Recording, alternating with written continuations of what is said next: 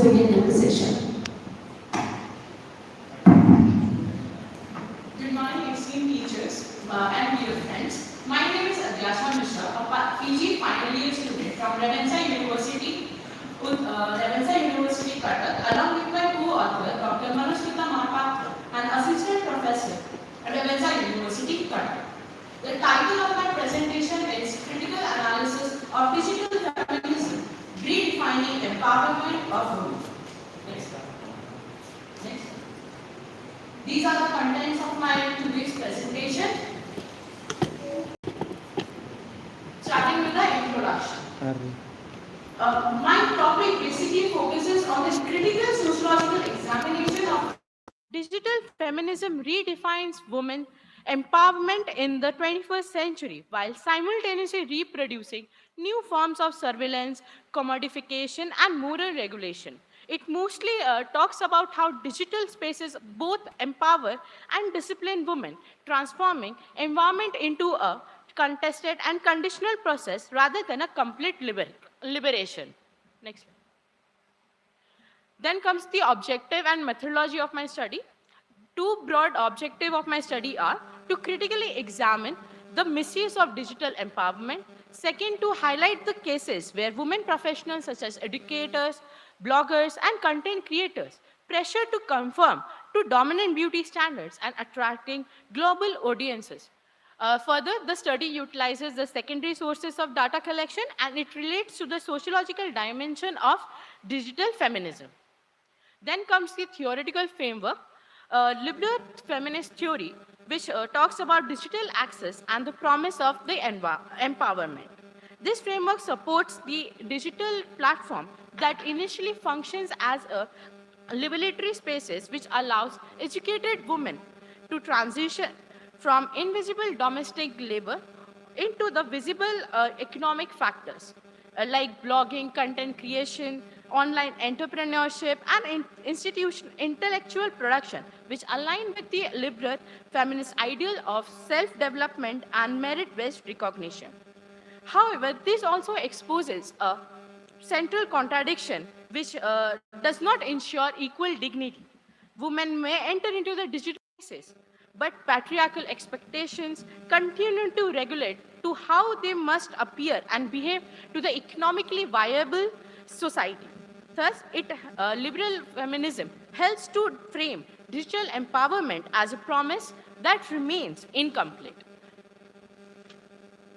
Then comes my findings. There are 4 findings that I have studied. First case study relates to the hashtag #MeToo movement in India, which started from 2018 and it's going till now. Second case highlights the Indian women bloggers and digital moral policing, which started from 2015 to present. Like Indian women bloggers writing on sexuality, relationships, fashion, and mental health have increasingly used digital platform to challenge their gender norms. But however, they also discuss about how bodily autonomy or wearing revealing clothes that are frequently subjected to moral policing and threats. So their portrayal shifts from empowered digital women to culturally deviant figures, and this also reflects the persistence of respectability politics in digital representation of women.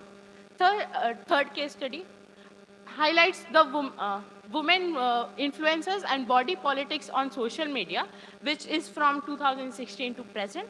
Then fourth case study highlights about the digital activism, Dalit feminist digital activism from 2015 till present. Then comes my legal mechanisms. First legal mechanism highlights the Information Technology Act of 2000, which serves the foundation of all the digital platforms, and like the section 66E, which criminalizes the violation of privacy through the capture or transmission of private images without consent, directly addressing non-consensual digital exposure. Second is the Indian Penal Code that extends traditional gender protection into the digital context. Then comes the Sexual Harassment of Women at Workplace, Prevention, Prohibition and Redressal Act of 2013. which was designed for physically for women in workplace, but judicial representation has also expanded its scope to include virtual workshops, online meetings, and professional digital interaction. Last is the Indecent Representation of Women Prohibition Act of 1986, which seeks to regulate the degrading portrayal of women in media. Lastly is my conclusion. The central contribution of this study lies in showing that empowerment in digital sphere is conditional rather than absolute. The ambivalence is especially visible in the misuse of digital empowerment, and the transformation of self-expression into a market-driven performance has created environments where sexualization and exaggerated femininity are economically insensitized. The study also highlights the limitations of relying solely on legal or technological solutions to address digital gender injustice. Lastly, I would say the future of digital feminism depends on collective efforts to transform these structures, ensuring that technological innovations aligns with the principles of equality and justice rather than responding to the hierarchies in the new forms. These are some of the references that I have used. And these are some of the images. And with this, I would like to conclude my presentation. Thank you. For such a wonderful presentation. If we have any question, we'll take it later on, now that we are running short of time. So I'm going to thank you, Adyasha. And I'm going to call the next presenter, Sahin Parveen. And the title of her paper is Exploring the Barriers and Challenges of Women in Informal Economy, a Dalit Feminist Perspective. Over to you, my dear.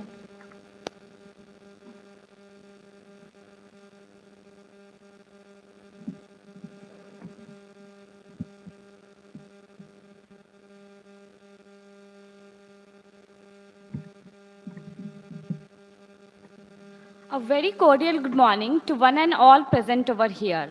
I, Shahin Parveen, MS student with Dr. Manushmita Mahapatra, Assistant Professor in the Department of Sociology, Ravenshaw University, is going to present on the topic Exploring the Barriers and Challenges of Women in Informal Economy, a Dalit Feminist Perspective. Next slide. India's development is often associated with modernization, industrial growth, and the expanding labor market. However, a large part of the Indian workforce is engaged in the informal economy.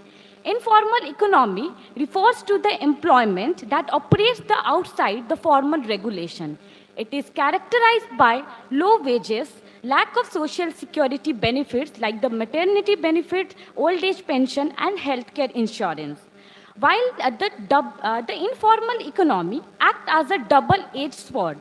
On one hand, it provides employment to the millions of people, and on the other hand, it acts as a site of the vulnerability and the exploitation. Women constitute a major portion of the informal economy. Around 94% of the working women are engaged in the informal economy, but their work remains invisible and undervalued. Within this already marginalized group, Dalit women occupy the most disadvantaged occupation due to the intersection of the caste, class, and gender. Next slide. As we said, that Dalit women represent one of the most marginalized sections in the socio-economic hierarchy of the Indian society. Their concentration in informal economy is not due to the poor education or the skill gap, but it is deeply rooted in the caste-based occupation segregation. They are primarily engaged in the domestic labor, manual scavenging, waste picking, and sanitation work. These occupations are historically connected with the notions of the purity and pollution and the caste system. Data shows that around 95 to 98% manual scavengers are women from the lower caste. And as per 2011 census, 56.5% of them are illiterate, and their enrollment ratio in higher education is 15.5%, which is much below than the dominant group. In terms of the wage inequality, they get only rupees 20 to 30 as compared to the male counterpart who get rupees 300 day for the same manual scavenging work.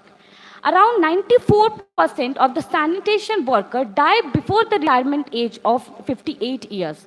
Next slide, yes. We have the two main objectives. Firstly, to understand the impact of the structural violence relating to the informal sector engagement of Dalit women. Secondly, to examine the barrier in informal sector faced by Dalit women relating to the social insecurity, skill gap, social networking, lack of access of women rights from the perspective of caste. The study is mostly based on the secondary sources of data like journals, articles, and the reports. Next slide. Yeah. So the structure of the paper would be the theoretical framework, followed by finding one, that is persistence of the caste-based occupation segregation in informal economy. Second finding is that the informal economy produces multidimensional vulnerabilities for the Dalit women. The third finding is that Dalit women face gender-based violence as well as the social humiliation.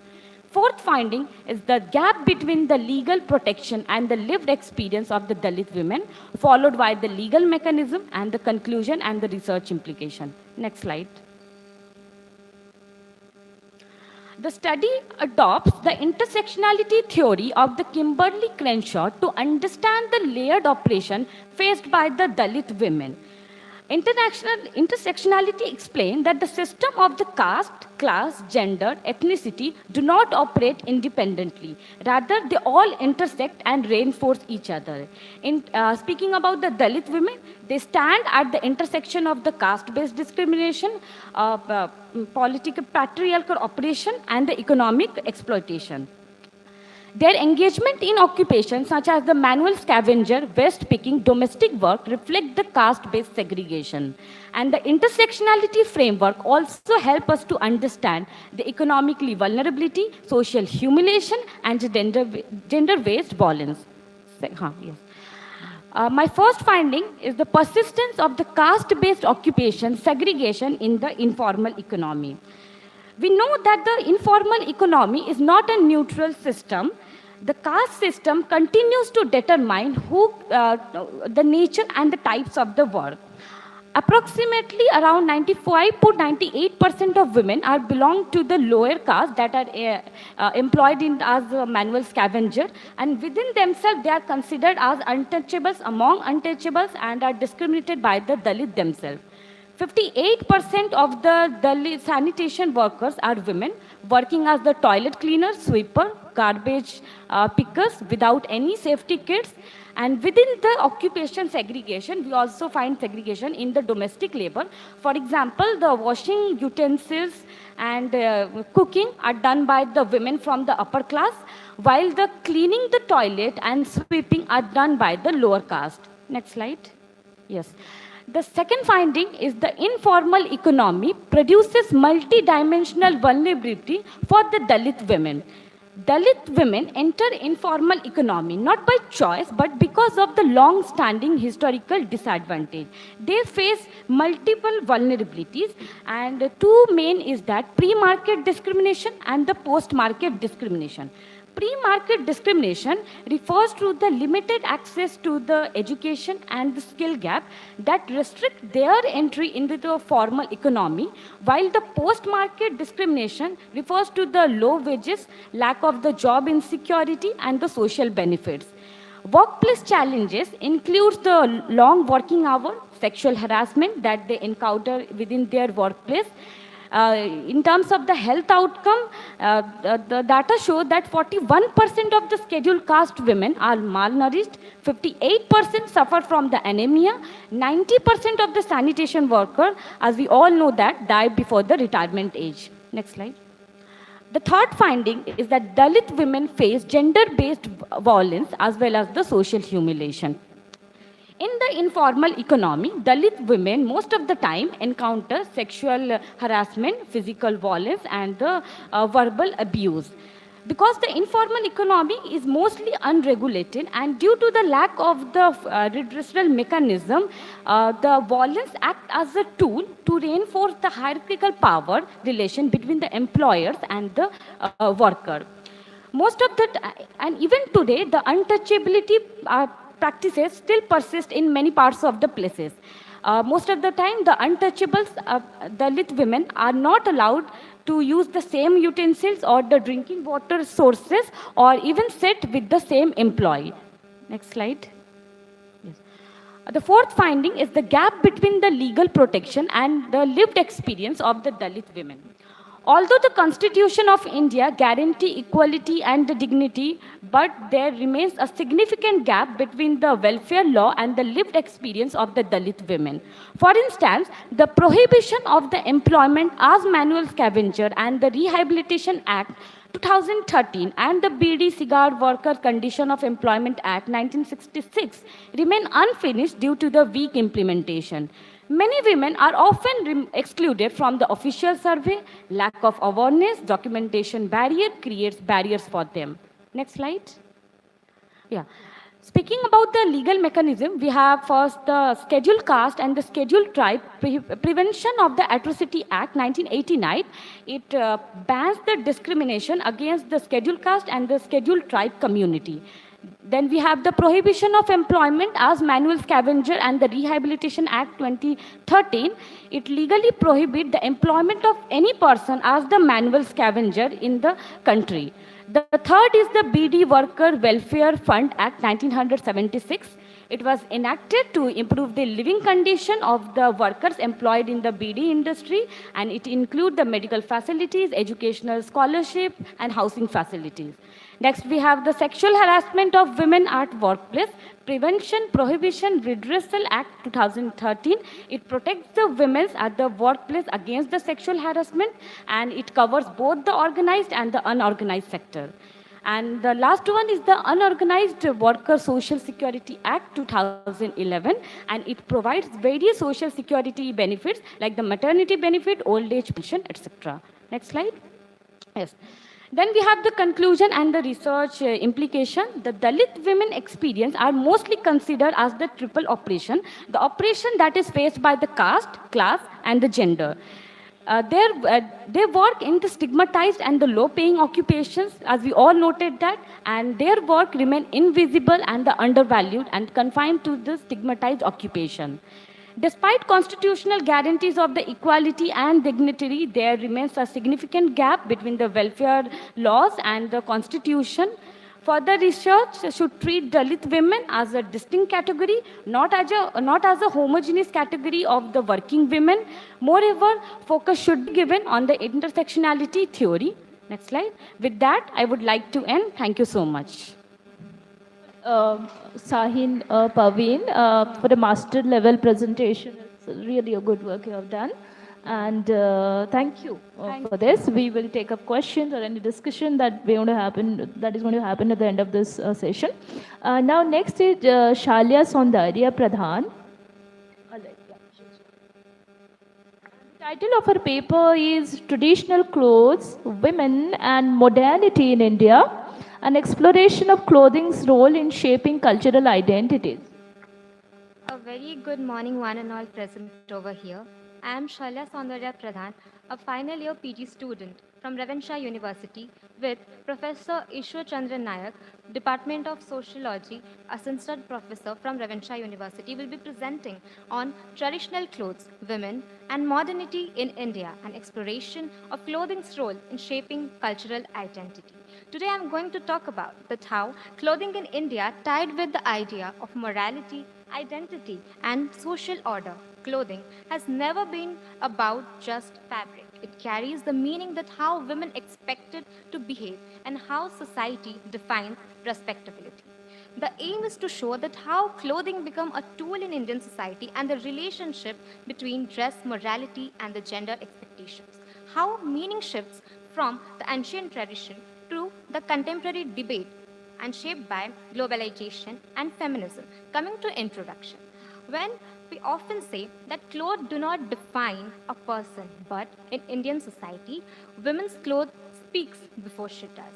It tells from where she comes from and how she should behave. It work as a moral code in Indian society, not just a garment. A sari signals respectability, while jeans may invite judgment in the conservative areas as well as in the urban areas of dress used to manage women's public behavior as a moral regulation. That is why we follow the pattern of dress properly as a burden of representation. Here, Durkheim helps us to explain that how these expectations are there to maintain the social order through the moral constraint. To understand why clothing gain the kind of power, we need to look at how these ideas or from where these ideas come from. Next slide.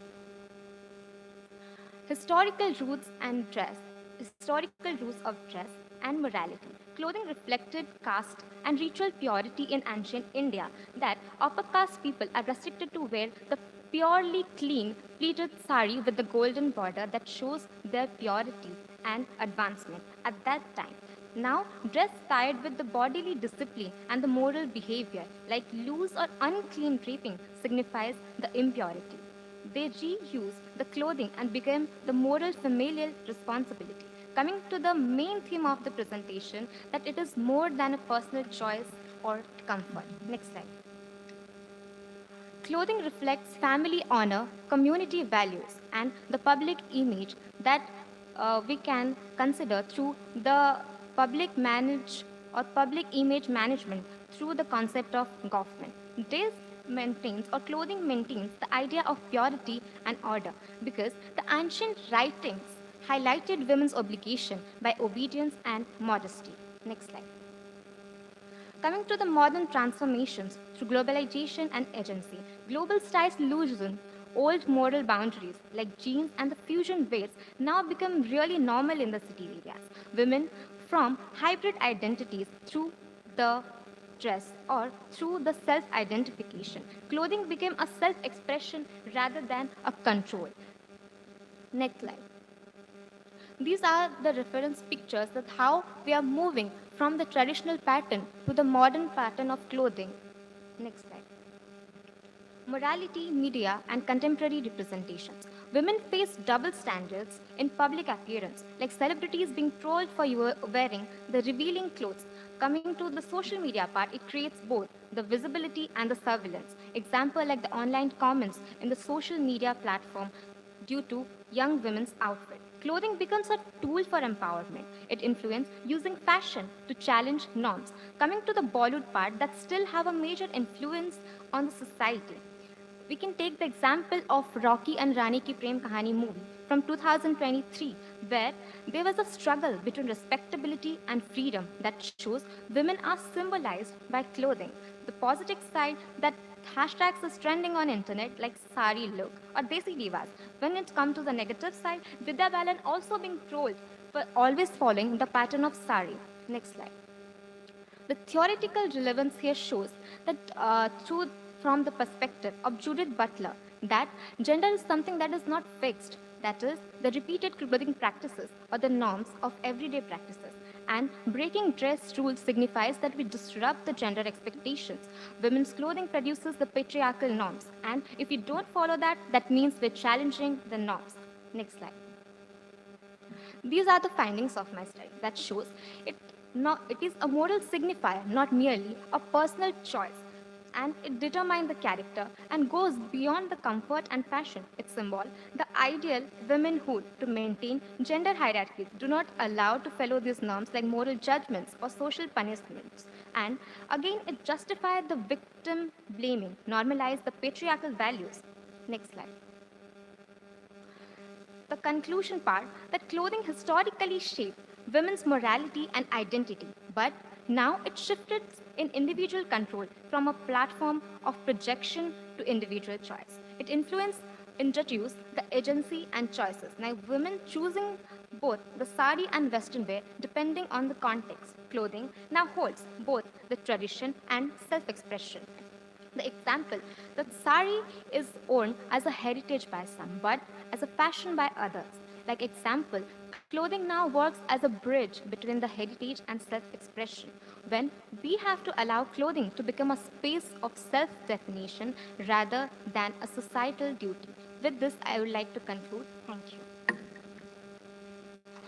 Thank you, Shalya Saundarya Pradhan, for such a wonderful presentation. It was a fascinating one, actually, about clothing and how, we represent it. I mean, what does clothing symbolizes into this time, right? And the trajectory of it. Thank you. Now I call upon Sumaya Sultana. Is she here? No? All right. Swagatika Pradhan. Okay. Her topic is between aspiration and immobility, rural girls' higher education and gender barrier to educational migration.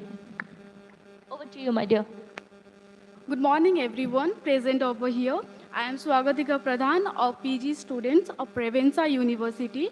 Today, I am presenting my paper titled Between Aspiration and Immobility, Rural Girls' Higher Education and Gender Barrier to Educational Migration. We often celebrate education as a pathway to success and empowerment. Education is often described as the most powerful tool for social transformation. As Nelson Mandela once said that education is the most powerful weapon which you can use to change the world. But the question is, does weapon reach everyone equally? So, this paper explores a very important question. If education is a ladder of mobility, why are many rural girls still unable to climb it? What happens when girls aspire to study but cannot move? Aspirations meet immobility. In India, higher education is celebrated as empowerment. It promises dignity, independence, and mobility, so especially for women. But there is a catch. Most prestigious institutions are located in the cities, so education today is not just about admission, it is about migration. For rural girls, mobility is not simply a choice. It is regulated by patriarchy, poverty, safety fears, and cultural control. Families encourages boys to migrate as future breadwinners. Families restrict girls to often protect immobility. This is why I argue educational migration is not gender neutral, it is privilege structured by power. This paper focused on rural girls, especially in Keonjhar district of Odisha, and examines why higher education remains a dream for many despite strong aspirations. In India, next slide, please. Yes. In historical background, in India, higher education is mostly concentrated in urban areas. History shows that exclusion is not new.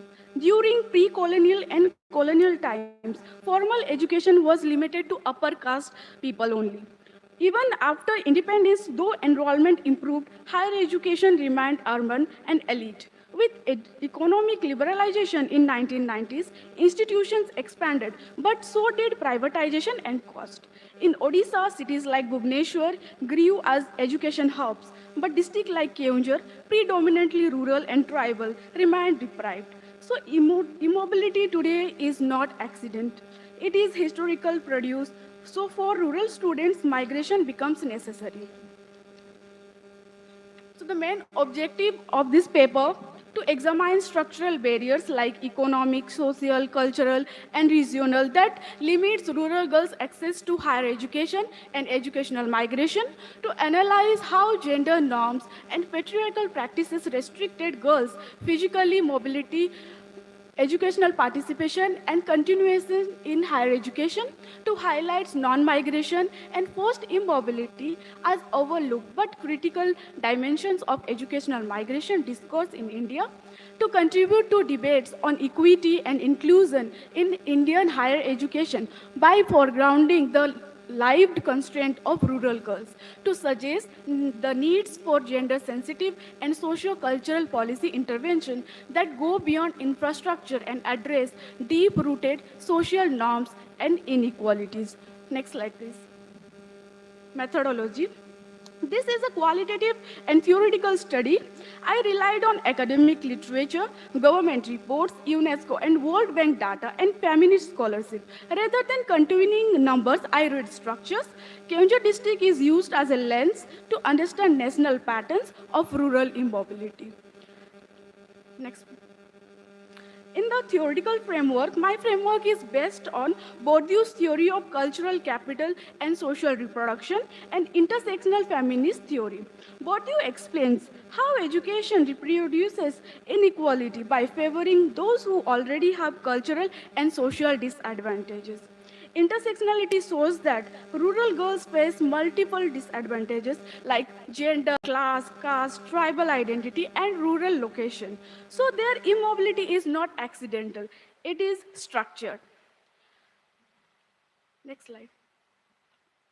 Then the challenges and barriers. Barriers are not individuals' failures, they are structural traps of patriarchy, poverty, and exclusions. Then fragile aspirations. Rural girls do have aspiration. They have to become teachers, nurses, government employees, professionals. They see education as independence, respects, better life. But aspiration alone cannot break structural barriers. This is why immobility begins. There are major problems like gender norms, economic and cultural barriers. So in gender norms, the strongest barrier is the patriarchy.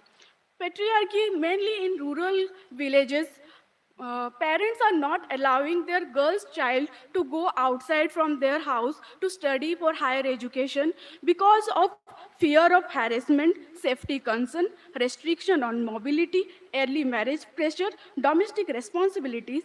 Parents often believe girls should stay close to home. Immobility is presented as protection, but not in reality, it becomes exclusion.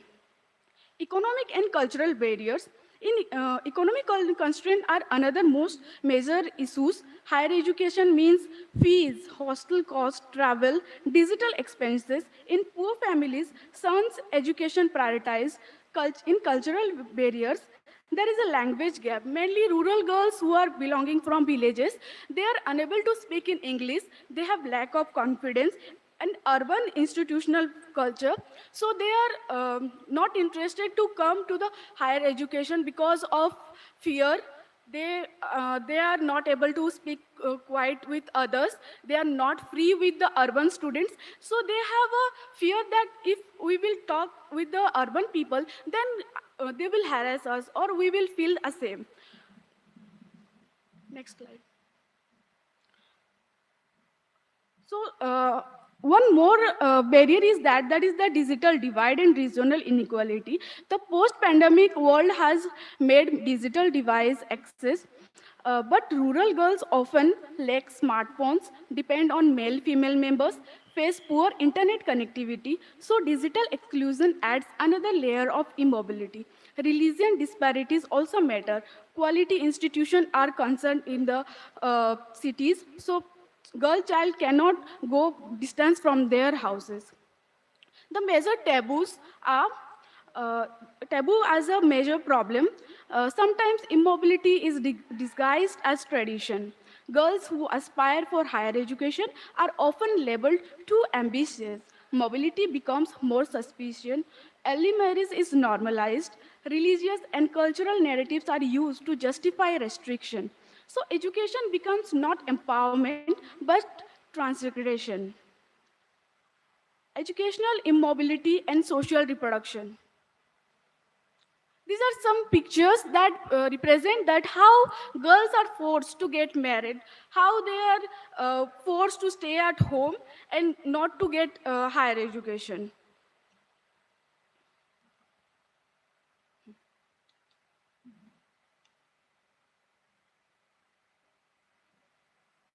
Okay, ma'am. Uh, Educational immobility and social reproduction.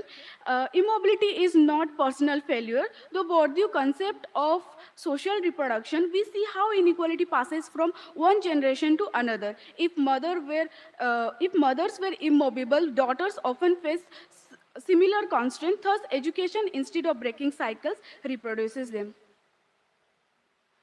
The role of state and government initiatives. The state has introduced scholarship, reservation, hostels, and schemes like Beti Bachao, Beti Padhao, but problems remain: limited hostel facilities, delayed scholarship, poor safety mechanism, weak implementation.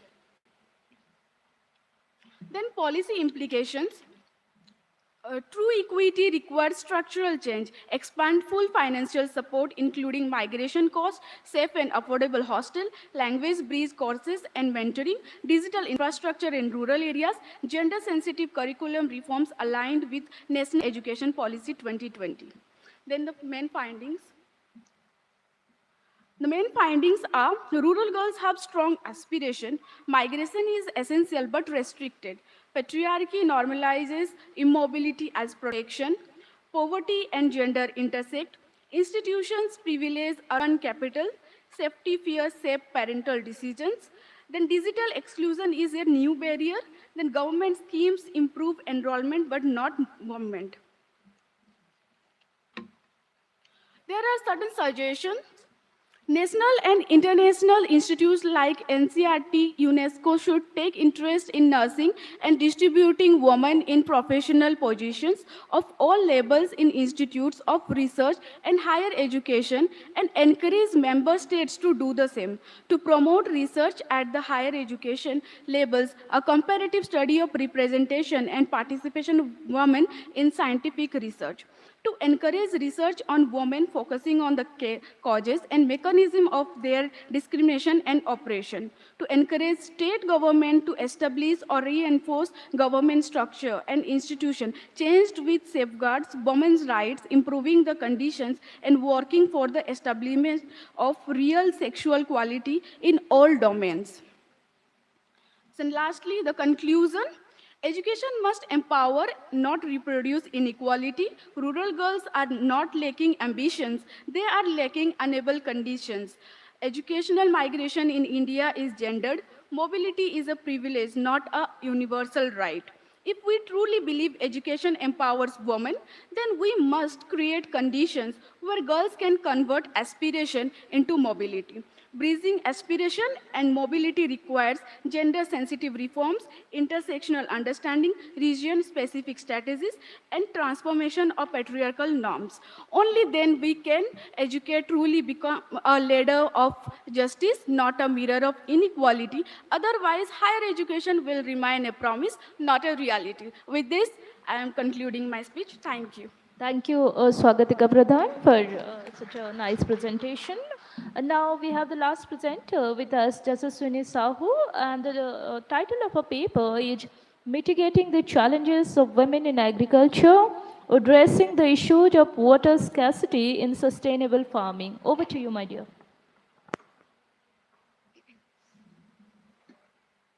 A very good afternoon, one and all present over here. I, Jasaswini Sahu, MA student in Revensa University, Department of Sociology, along with Dr. Manusmita Mahapatra, Assistant Professor in Revensa University. Today, I am going to present my topic on mitigating the challenges of women in agriculture, addressing the issue of water scarcity in sustainable farming. Water scarcity is a serious problem in agriculture due to climate change, low rainfall, and groundwater depletion. Its impact is not equal for everyone. Women farmers suffer more because they have less access to land, water rights, technology, and government support. Women also manage both farming work and household work, water needs, so scarcity increases their workload and unpaid labor. Due to lack of land ownership, women depend on rain-fed farming, which reduces productivity, food security, and income. So my research gap, many studies have already discussed water scarcity and agriculture, but most of them are not properly connected and remain gender neutral. They do not clearly explain how women are differently affected. Also, there is a little focus on feminist political economy and intersectionality, meaning researchers have not deeply studied how gender inequality combines with class, caste, poverty, and rural power structures. Another major gap is that studies do not give an integrated understanding of how scarcity is linked with women's unpaid labor, lack of land and water rights, limited control, and over technology. Objective and methodology. Objective 1, to examine the challenges of women in agriculture in context of water scarcity problem. Objective 2, to address marginalization and exclusion in relation to policy biasness and in effective adaptation of technology by women in farming.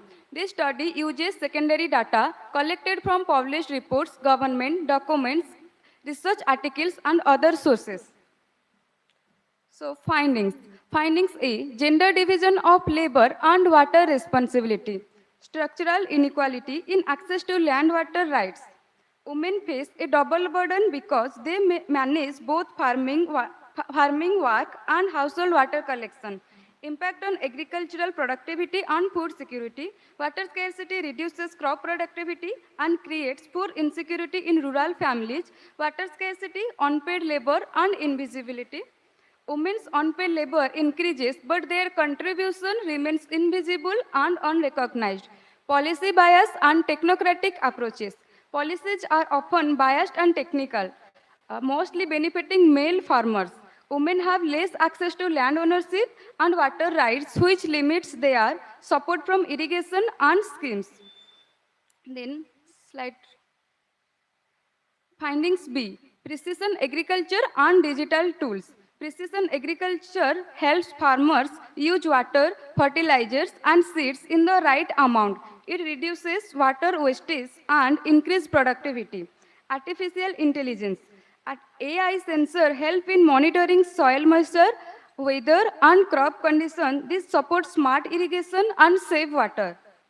Mobile technology and digital platform. Mobile apps, mobile apps provide weather update, market prices, and farming guidance. It helps farmers, especially women, to take better farming decisions. Drone technology. Drones helps in crop monitoring, spraying fertilizer, and detecting crop disease. This saves time, labor, and improves farming efficiency. Theoretical framework. Here I relate two sociological theoretical framework to my study, that ecofeminism and water scarcity. Ecofeminism explains that women and nature are both exploited in society. Women manage water for farming and household needs, so when water becomes scarce, the workload increases. Many women have traditional knowledge like rainwater harvesting and drought-resistant farming, but this knowledge is often ignored male-dominated policies, so water scarcity is not only an environmental problem but also a gender issue and social problem. Thinkers like Vandana Shiva highlight that women's sustainable knowledge is ignored by patriarchal and capitalist agricultural policies.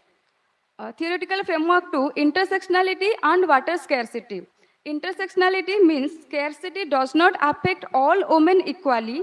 Poor women, Dalit women and landless women suffer more because they have less access to land irrigation, loans, decision-making power. Maria Mais explained that gender oppression intersects with caste, class, hierarchies, creating layer disadvantages. Example, landless Dalit women face exclusion from irrigation, credit and governance institutions. So here is my case study, empowering women through water and land access in Ganjam. In Bhikaripali village of Ganjam district, a woman named Dumi Nahak received land and solar-powered borewell under rural development initiatives. With secured access to water and land, she could farm year-round and grow vegetables that generated income about 40,000 annually.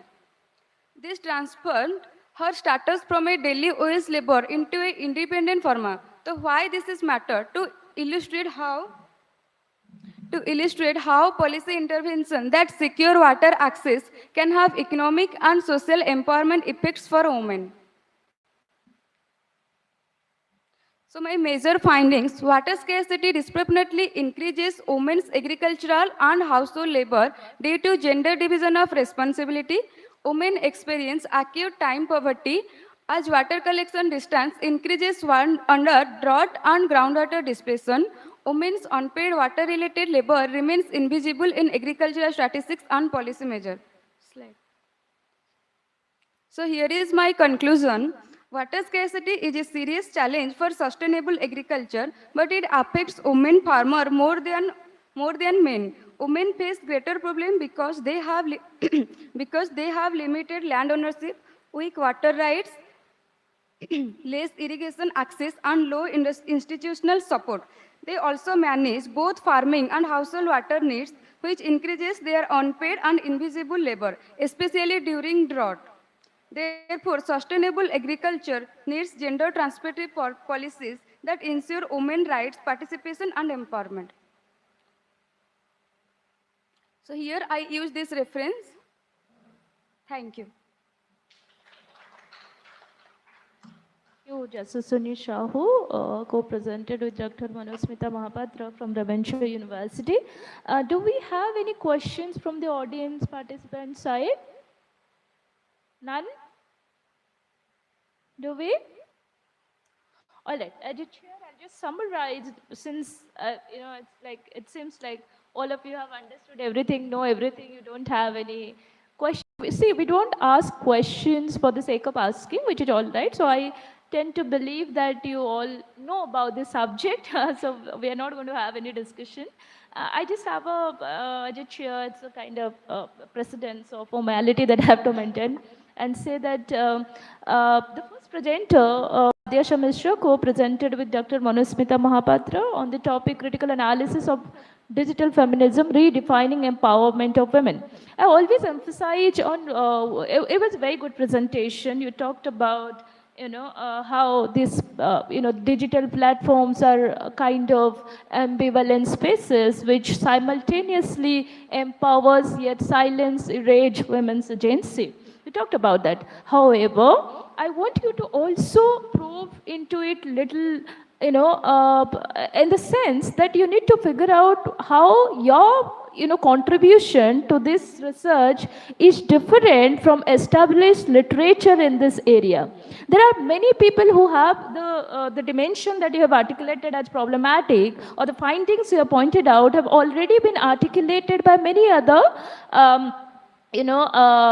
theorists already. I mean, this coincides with fourth wave of feminism. So many have problematized this digital platform as being, a space which is constantly sort of allowing women to negotiate their identities. So clearly articulate the research gap and what is novelty in your argument, right? That has to be done very, very clearly. But wonderful presentation, Adyasha. I congratulate you. Sahin Paveen, the title, the next presenter presented on the topic exploring the barriers and challenges of women in informal economy, a Dalit feminist perspective. Again, a wonderful topic. Categorically I was chosen to sort of chair all these women. Intersectionality is something that was very common to all of you. You articulated it beautifully. But again, I would say the same thing. Your presentation needs incorporation of a few more theories. One is, the indispensable, every time we talk about or, take the name of Dalit feminism, we cannot just not talk about Sharmila Reg. Right? Sharmila Reg, Anupama Rao, Gopal Guru, these are people who actually sort of started the debate of Dalit feminism. Just go ahead and see how you can incorporate these theories in your work and clearly articulate. As I said, in the contemporary times, the Sambalpuri music, the Sambalpuri dance, it was once upon a time, not once upon a time, even now also, these are the markers of the Ganda community. But at present, though the music, the dance are being popularized, they are being accepted as the symbol of pride, the symbol of differentiation, as a Odia pride or a Sambalpuri pride. But the culture from where it is originally belonging to the scheduled caste people, Ganda people, they are being ignored and still now they feel social deprivation and discrimination in the Odisha society. So what I found out is migration has the idea of migration. Okay. So the idea of migration has given a new identity to the Ganda people, and here they don't find any kind of hesitation. And coming to the constitutional provisions, we have Article 29 and 30, which speaks about the own culture. At the same time, Article 350A of the Constitution speaks that we can impart primary level of education in the mother tongue. So as because what I found out in my primary study, that the people are considering this language, people with the community people, they are considering this language as a stigma. They are considering that they will be considered as inferior, they will be discriminated if they are using the language of their caste. So if the policies formulated by government or at the regional level, if it is focusing on the preservation of this language or the promotion of this language, then the oral culture might be it might be preserved, because now it is in the process of erosion. It has almost eroded in the 10 districts of Western Odisha, except the elderly people, the poor people, the illiterate, uneducated sections of the Ganda community. They are holding on to this language and culture, but the people who are growing, the people who are touching the heights of success in order to become acceptable in the mainstream society, and also by the influence of Sanskritization, these people they are forgetting the culture, the origin, the lifestyle and language of their own community. So there are three important questions when we think about the language of this particular caste. So these questions is, who decides which language is legitimate?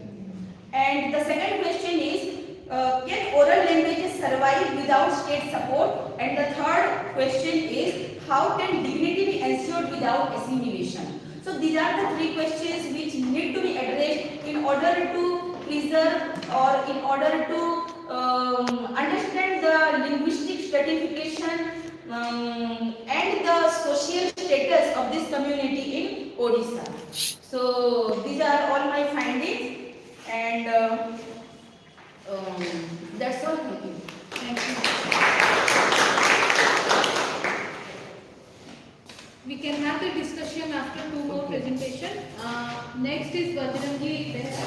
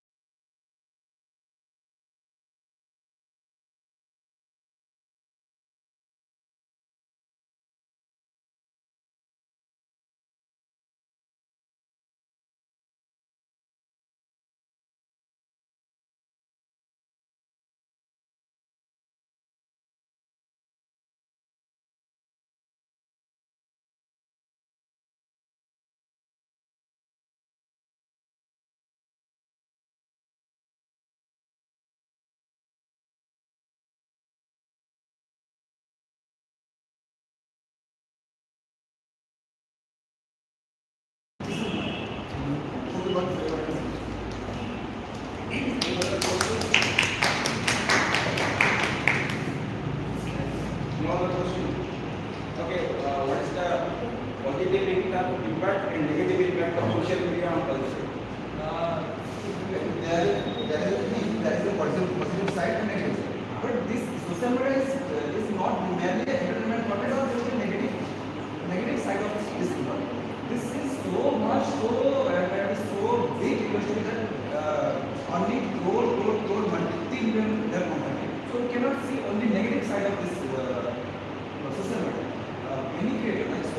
know Saurabh is a blogger. He started his journey from this root level and now he's the number one blogger of India. He is not just famous, he is a millionaire in this area. This is positive side. This is the positive side, sir. I am saying that we cannot just only see the negative side of it. We should be optimistic and see the positive side of it. There are many negative sides of social media like misinformation, pornography and all, but we cannot just focus on those sides. Instead of that, we should focus on the good and vibrant side of the social media. Okay, next follow-up question to your friend. How to reduce the negative side of social media on culture? As your friend highlighted, there are many negative sides. So how to reduce the negative side of social media on culture?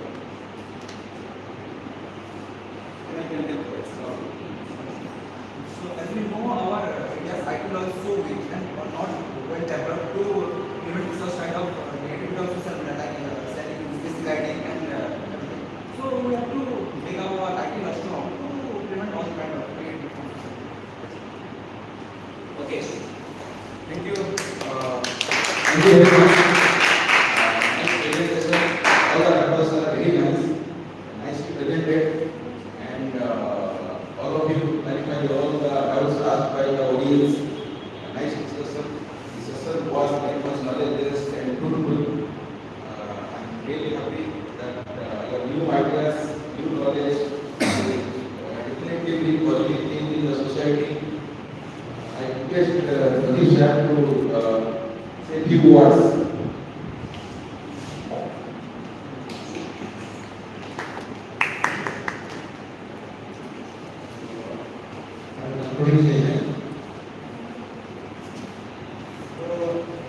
Current society, this digital era, is transforming with new and modified methods. Some are acceptable, some are still in consideration stage, which are appropriate. There is a debate between generations. The which pattern of life is acceptable for social well-being and how the current digital platform is affecting our social life. From the beginning of the day, we are attached to the digital platform and the patterns are affecting our day-to-day traditional habits. Still, it depends on our own judgment how we are going to accept this, implement this, or we need to ignore the hijacks of this kind of new pattern. Because society is not something that builds in few decades or 100 years. Society is something that is built by values, the basic principles, human principles. And we can also see the example of destruction of nations and states if they follow the friendship values. Other countries control their societies because the whole public, the citizens of that nation, they don't cooperate in their social process. So, in the religion because it introduces new ideas and it goes against established world views, not only the education but also the mining and the impact it has and so on. So what we are basically talking about is a whole complex of phenomena that are interrelated, and what would be interesting to compare these different local societies. So how is that happening in one area and how is that happening in another area? So maybe you would like to contribute to that in the future. In connection to that, I also commented two of the papers, and then what you're addressing is the holistic approach to anthropology, right? So when we select a certain phenomenon, economic one, it has also political, religious, and sociological consequences. that is easy to say, but very hard to implement in research practice. Right? For instance, when you talk about social structure, and I worked a lot on social structure along the Gadaba, I can share my book with you. What is very clear is social structure doesn't make any sense if you're disconnected from religion. Because for the Gadaba, a house, we talk about a household, is also, I mean, they would not call it temple, but it's a religious space. It has a Dorandini, which, and the village is a religious space. And you mentioned the Doglia, the buffalo sacrifice. It delineates a territory on the plan. So that means social structure is related to religion and, of course, to other elements. This is a holistic dimension. Yeah. Or weaving, of course. It's what you also said. It's whole practice embedded in social relationships, in ideas about youth and about gender. So it's, I think, very important, although it's very hard, difficult, to keep in mind this connectedness of these different domains. I will just one question. This is not related to particular direct discussion. Largely on this ethnography.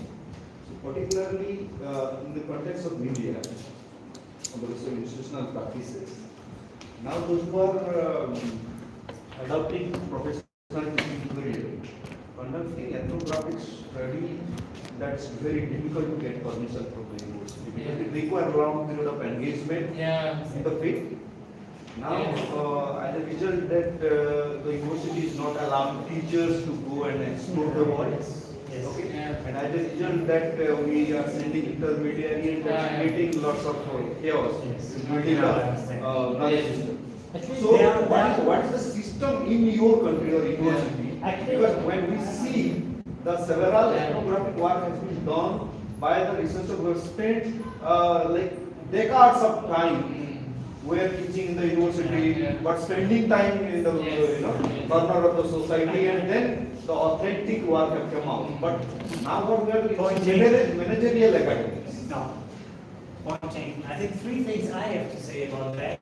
One is, I think, sure, also when you're more senior, the more senior you go as an academic, the more responsibilities you have, the more management you do. That means it's very important that the young researchers, be it the master's students, the PhD researchers, well, when I did my PhD, well, I spent 2 years in the field. That was the time I did nothing else. That was a divine gift, I'm almost tempted to say, right? So make the students do long-term field work. That's one. The other is some universities are blessed with sabbaticals. I know I've gone to IIT Delhi every so many years of sabbatical, they can go to Odisha. That's really good. Well, you have that as well. I don't have that. The third is, the way we do it also in Europe, is to get funding. Right? If you get a research project and the money comes from outside, then you can pay, then you're paid and you have the time to do research. So this is the three things I have to say about it. Yes, no, I have one query regarding your country education system.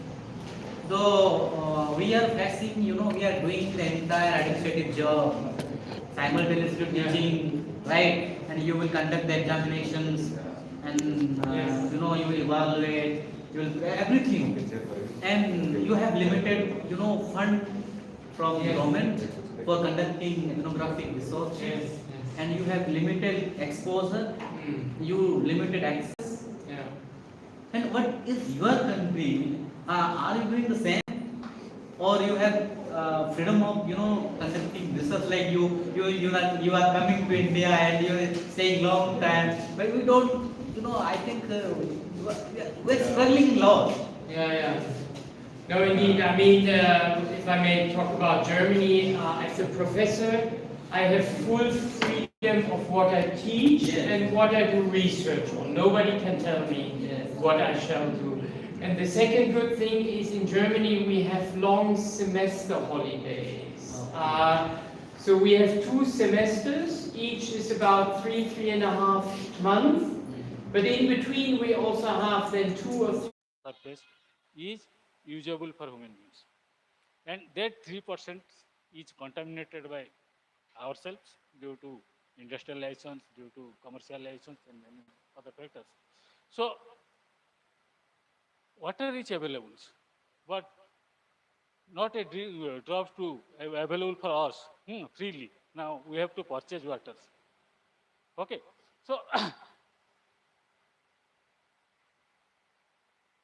if you go back to the history, even the chair and co-chair, they may know.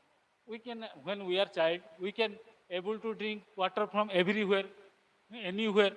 We can wish, even from a pond, from a paddy field, everywhere.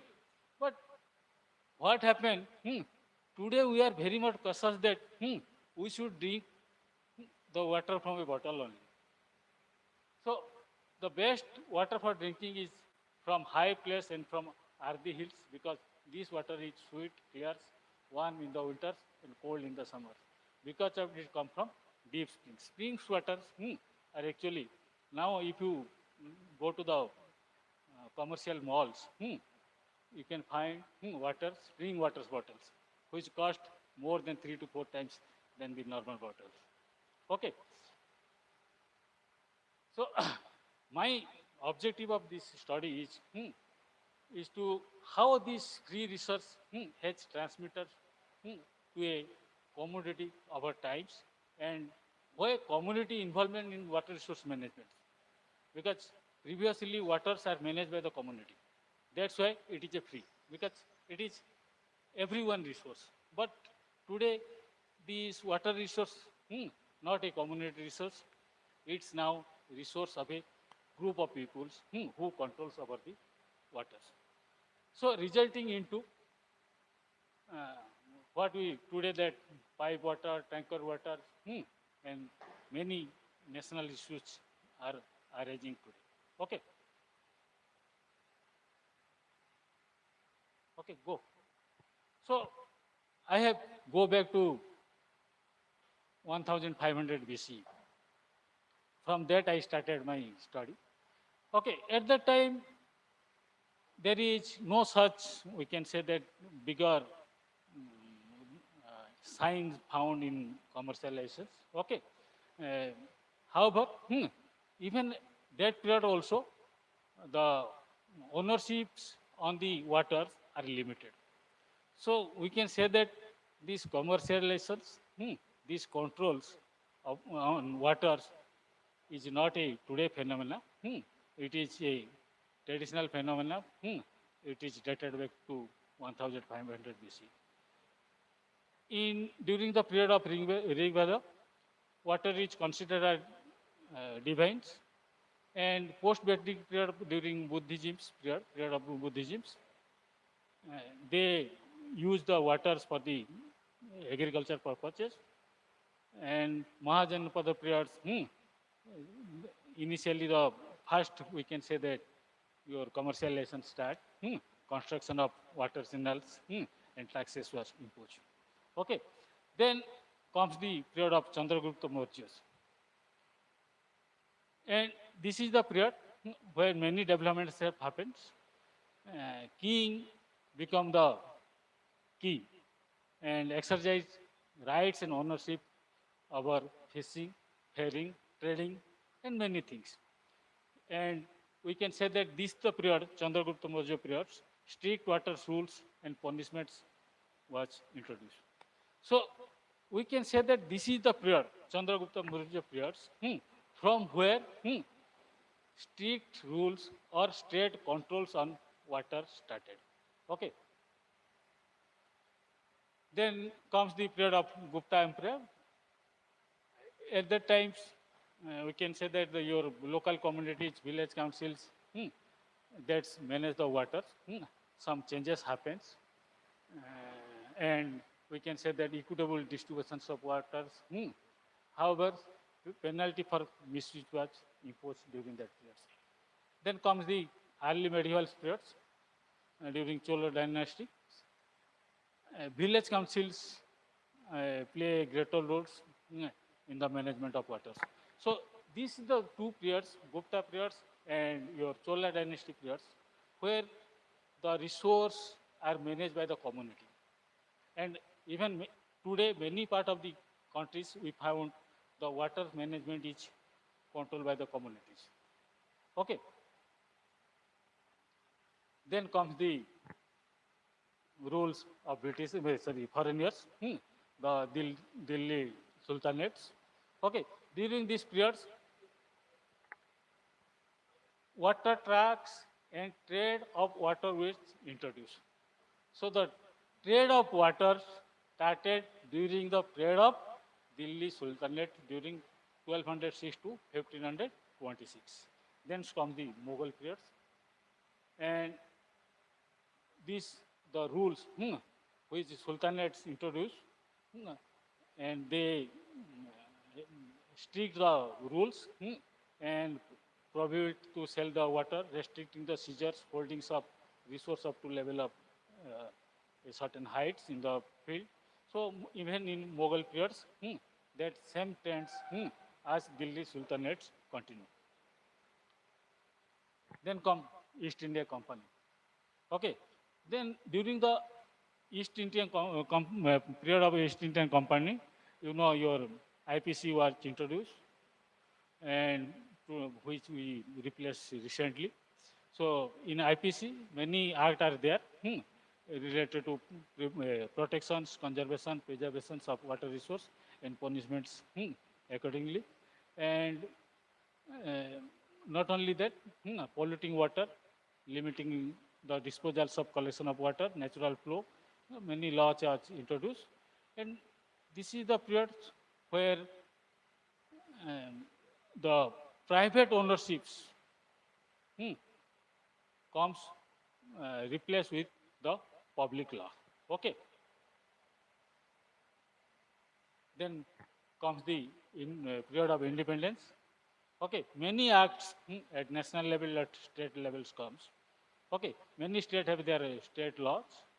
National level water policies are there. Many, I have only given few examples which are related to this. Okay, and here actually twist comes. Now, it is a free resource.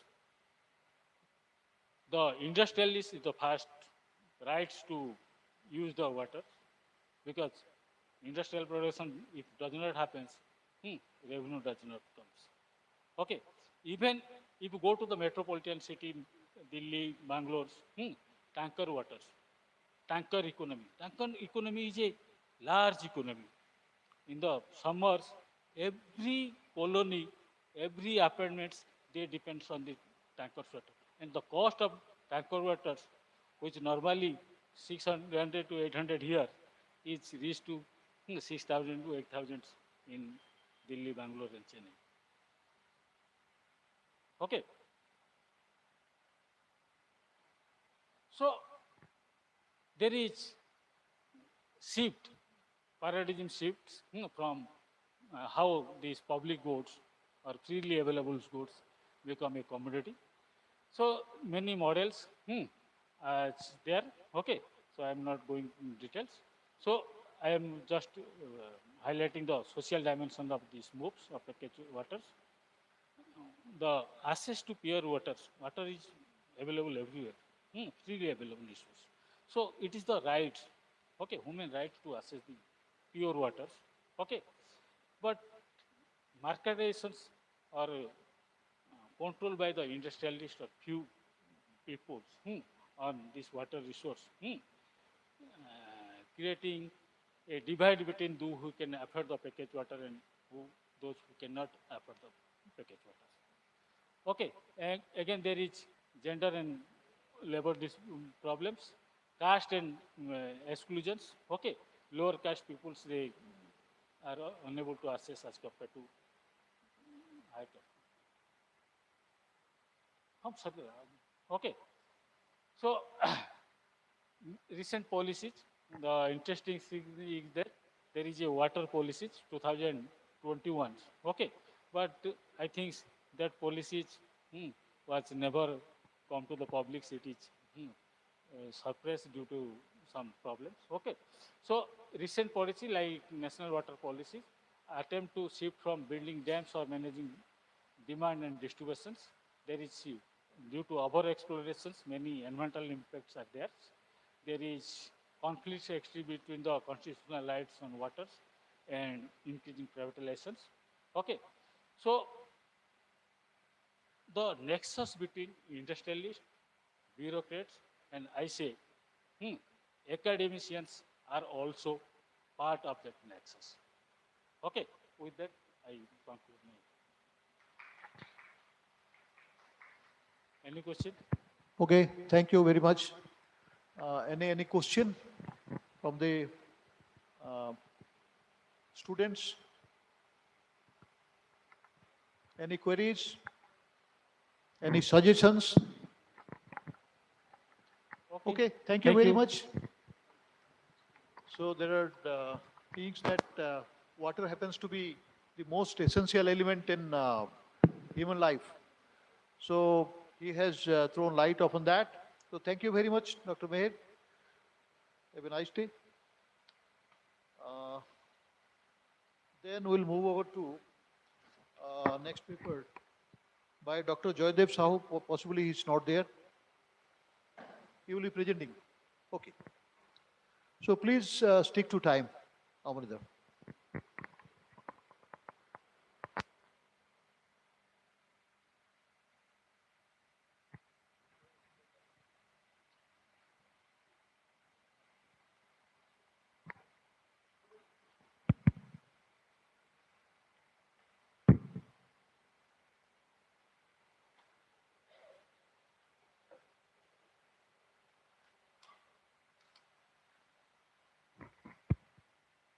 So good morning, respected chair, my fellow presenters, and all the participants, those who are participating online and offline.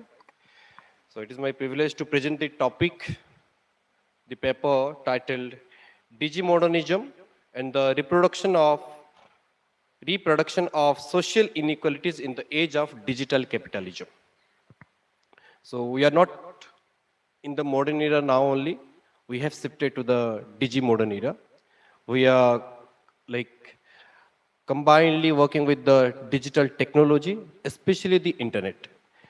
So this age of digital transformation has shaped nearly every aspect of our life, from communication, banking, governance, education, commerce, and the political participation. So government promotes digital inclusion as a pathway to transparency and the development, whereas corporate frame innovations as empowerment. So social media platforms celebrate this participation and the creativity. So the questions arises, who owns these digital platforms? Who controls the data? Who benefits from this digital transformation? And who remained excluded?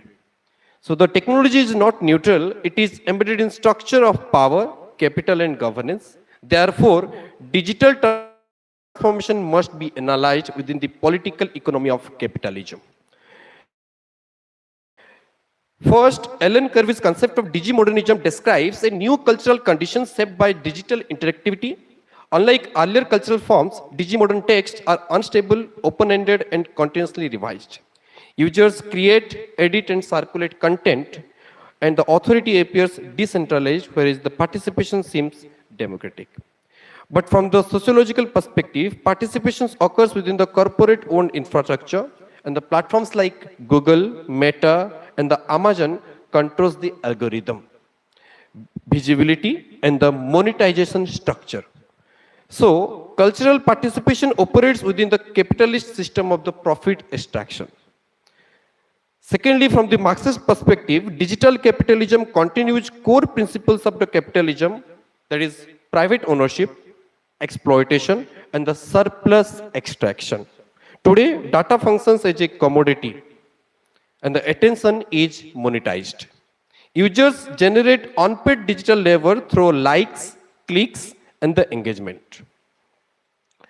Moving to the how this platform capitalism and the class are the restructuring. Let us now consider how digital capitalism is structuring the class. Platforms capitalism represents a shift from factory-based industrial capitalism to the data-driven digital coordination. Ownership is centralized, whereas labor risks are decentralized. In India especially, the gig economy illustrates this transformation. Companies like Ola, Uber, Zomato, Swiggy, employs millions of app-based workers are there. And these workers face no guarantee wages, no social security, and the algorithmic control over the task allocation and the rating-based precarity. They are labeled as partners. They are labeled as partners rather than the employee. But this reframing masks the structural exploitation under the language of flexibility and the entrepreneurship. Algorithms assign the task, monitor their routes, determine the incentives, and deactivate accounts. Workers often do not understand how pay is calculated even, and power is very automated. Thus, digital capitalism does not eliminate the class inequality, it recognizes it. The factory workers become the gig workers. Surplus extractions remain the intact. The digital divide in India. See, India's digital India program represents the digitalization as inclusive transformation. However, the COVID-19 pandemic exposes the deep digital inequality. When education shifted online, yes, when education shifted online, many rural households that lacked smartphones. Families shared very single devices. We see one family have one device only. Girls often had very less access than the boys. And the students from the scheduled caste and the scheduled tribe communities faced disproportionate exclusion. And especially those who are beyond the reach of this access to the internet. The Ajim Premji University report of 2021 revealed the massive learning loss and the dropouts among the marginalized students. Here the marginalized doesn't mean the specific caste and class only, rather those who are less access to this digital technology. Digital infrastructure alone does not guarantee the digital equality. Without addressing the class, caste, gender and the regional inequalities, digital transformation can widen the social gap. We see this caste and the digital public sphere. As you know that digital platforms are often imagined as a caste neutral spaces. Caste neutral spaces, but caste hierarchies persist even in online mode. Dalit activists face the coordinated harassment and trolling. Even not only the Dalit, if you see the recent cases of the Delhi, we see how the Brahmin community, the girl from the Brahmin community, faced the harassment just because of the participation or speaking something on the online platform. So this digital participation also leading to this harassment and the trolling. And the most importantly, the upper caste groups, if you say, and the possessing the greater cultural and the digital capitalism, yes, and dominated the online discourses. At the same time, English language privilege marginalizes our vernacular voices. We say that yes, it is giving voices to the people, but what about the language? That language classes create the class inequality. Then Aadhaar and digital governance, if I see, Aadhaar is presented as efficient, transparent, inclusive, but the biometric failures, connectivity issues, and the technical glitches have resulted in the exclusion from welfare schemes. Manual laborers with one fingerprints face the authentication failure. Marginalized communities dependent on subsidies, they experience this immediate hardship. Digital governance integrates the citizen into the data system while decentralizing risk onto individual. If you say algorithm power and the knowledge hierarchy, we see the algorithm structure visibility, what we see, read and the consume. It is controlled by specific group. They prioritize engagement and the profit. They prioritize the engagement and the profit, but because algorithms rely on historical data, they reproduce existing biases. English language dominance online reflects upper caste and the urban privileges. The last, if we see, this language often operates as the ideological mark. There's like digimodern discourses celebrates this participation, creativity, the entrepreneurship, but precarious labor becomes the flexibility, job insecurity becomes independence, and the structural inequality becomes opportunity. So in overally we see the caste, the inequalities persist in a very new shape. You might be from a very different caste or the different region, but the major inequality exists is the digitally literate and digitally illiterate. Digitally literate and digitally illiterate. You might be a educated one, a literate one, but if you are not digitally literate, you are from that marginalized group. Thank you. Thank you. Any question from the audience? Yeah.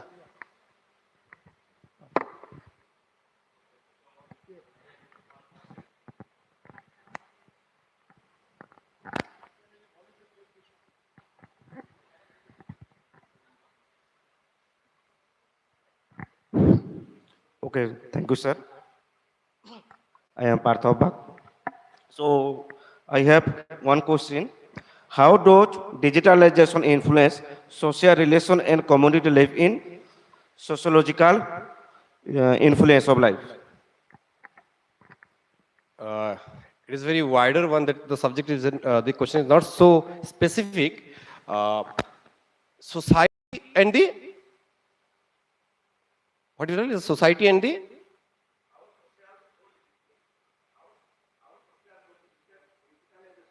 social role and the digitalization.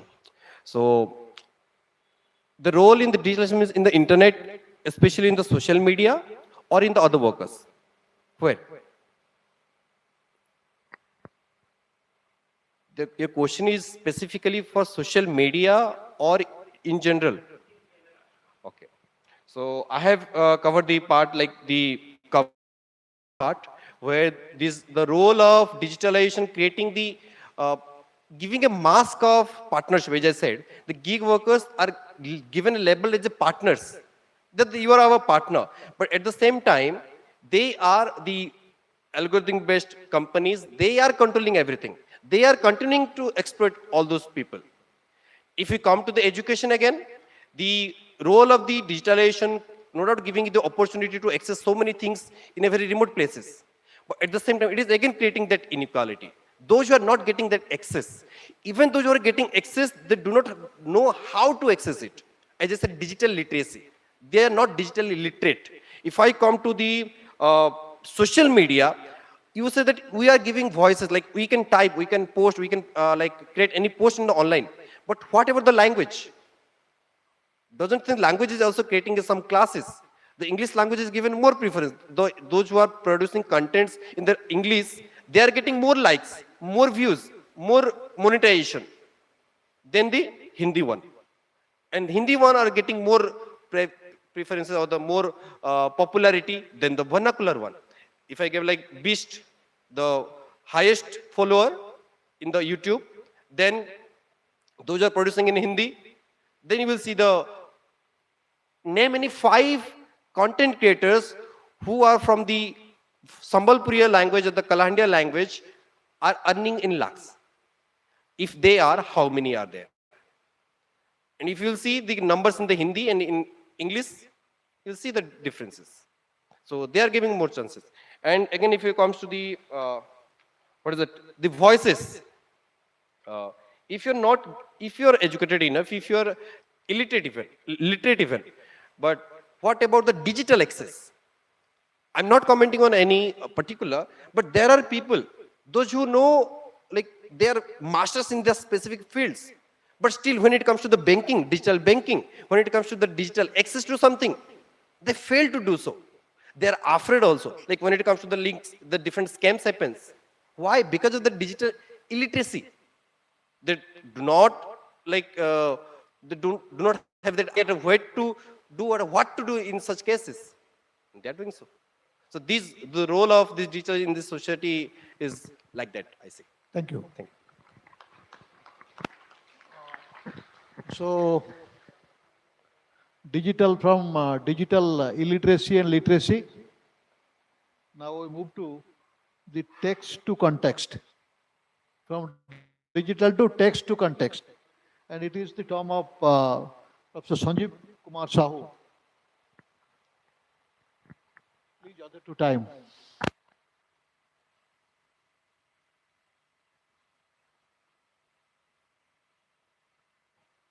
No, no, my presentation is, my standard time is 7.3 seconds.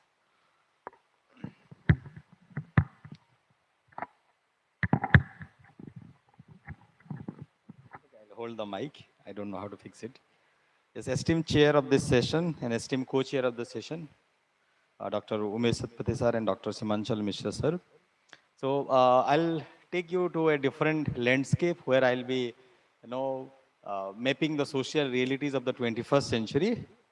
I'll be talking about a text in my presentation, which is White Tiger, and also on the backdrop, I have used a slum and Slumdog Millionaire. So that will be the context. The book was published in 2008 and the movie was released in 2009. I'll not be talking today about the movie because of the paucity of time, but I'll be confining my discussion to 2008 text, The White Tiger by Arvind Adiga. So this paper examines Adiga's The White Tiger as a literary site where social structures, inequalities, and global transformation intersect in the 21st century India, situating literature as a form of sociological knowledge. The study argues that the novel mediates between macro process, that is globalization, neoliberal economic structure, restructuring, urban transformation, contrasting with micro-level lived experience shaped by caste hierarchy, labor precarity, and social marginalization. So with these words, I welcome to my presentation. Please, next slide. So I'll start my presentation with a quote from the German ideology by Marx. They, individuals, have no history, no development, but men developing their material production and their material intercourse alter along with this their real existence, their thinking, and the products of their thinking. The most powerful line comes here, which the entire Marxist philosophy rests on. Life is not determined by consciousness, but consciousness by life. So I will, although Marxism has failed to ensure socialism or communism, but some of the truths established by Marxism is still relevant to the current society. Next slide, please. So in my introduction, where we should read the White Tiger. White Tiger talks about the narrative, no text, a fictional one also. But literature is always worked as a sociological space where social structures, most importantly identities and inequalities intersect. The novel is approached not simply as a fiction, but as a narrative of archive of lived experiences in 21st century India. It demonstrates how storytelling mediates between structural transformation and everyday life. So literature works as social knowledge. Next slide, please. Literature function is a mode of knowledge production that captures dimension of social life, often overlooked by formal sociology. It provides insight into subjective experience, emotional economies, and moral dilemmas shaped by structural inequality. The novel reveals, most importantly, how globalization, caste hierarchy, and economic restructuring operate not abstractly but through concrete human lives. By foregrounding marginal voices, literature expands sociological imagination and complements empirical analysis. The context and text of the author. This text was published in 2008, got the Booker Prize also, and it criticizes or reflects expansion of global capital, urban transformation, how it is happening, new aspirational middle class in the new millennium, and continuous rural depletion, where we have left our rural India in the process of marching ahead. And most importantly, it contradicts the models of development that India adopted with the arrival of globalization, which is in a way Americanization. So the novel therefore operates a cultural document of neoliberal transformation in the global south, especially in our context. Next slide, please.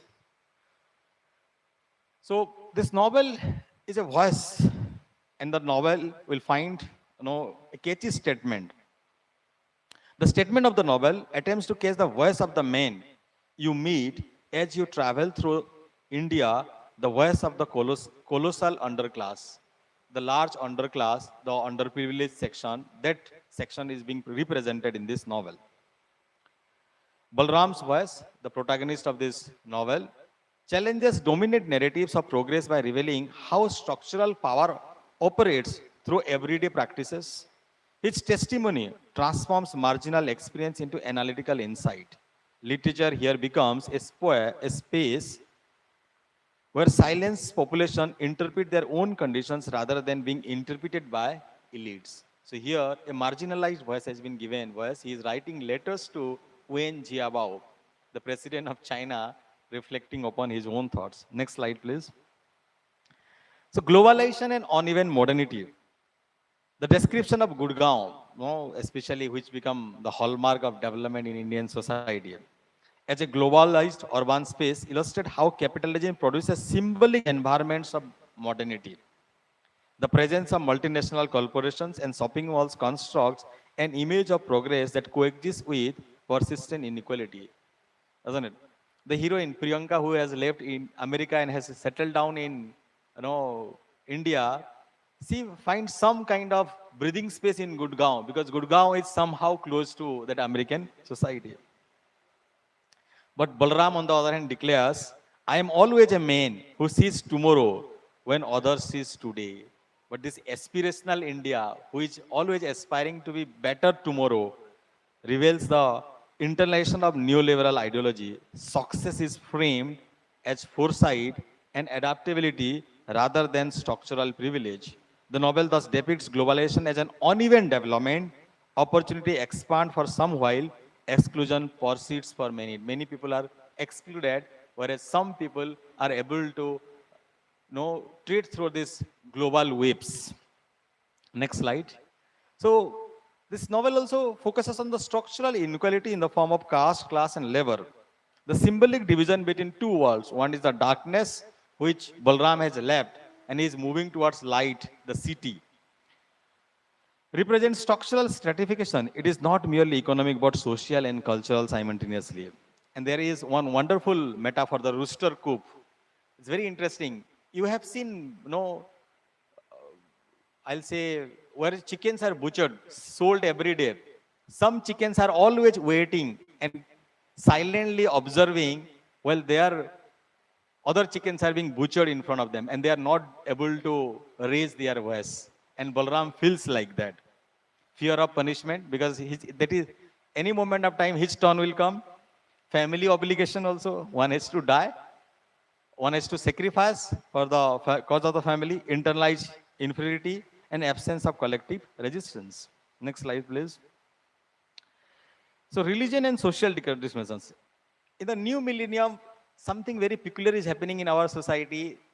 Particular section, particular community is always branded as the community which is problematic in our society. Maybe it is because of 9/11, maybe because of the parliament attack, maybe because of the different kind of conflicts that have now come up in this land.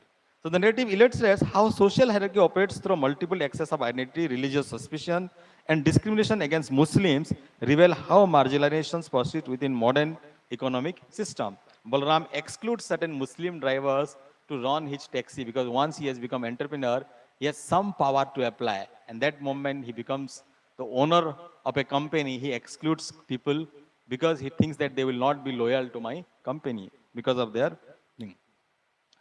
Next slide. Freedom and neoliberal individual, very ambiguous liberation. This liberation is not clear. The novel is described as the story of a man's quest for freedom, Balram's quest for freedom. Yet liberation is achieved through morally ambiguous actions. This reflects a central paradox of contemporary society, that is structural injustice produces individualized strategies of escape. It does not give an escape to the entire community. Only 1 or 2% will be able to rise because this is called capitalism. The quotation from Iqbal, one interesting quotation comes in the novel. They remain slaves because they cannot see what is beautiful in this world. Reframes freedom as cognitive awakening rather than systematic transformation. Freedom becomes privatized rather than collective, mirroring neoliberal ideology that emphasizes individual success over social justice. Last 3 slides. Literature as macro and micro bridge. From structure to experience, the narrative form a letter addressed to a global political leader connects local experience to global political economy. The text moves across rural village life, metropolitan urban spaces, and transnational capitalism. This structure demonstrates how global forces shape everyday life, how structural change is experienced personally, and how literature mediates between macro system and micro realities of life. The novel thus functions as a sociological bridge linking abstract process within lived experiences. Next slide. What is the social relevance of this text in the contemporary society? This text offers insight into key themes of 21st century sociology.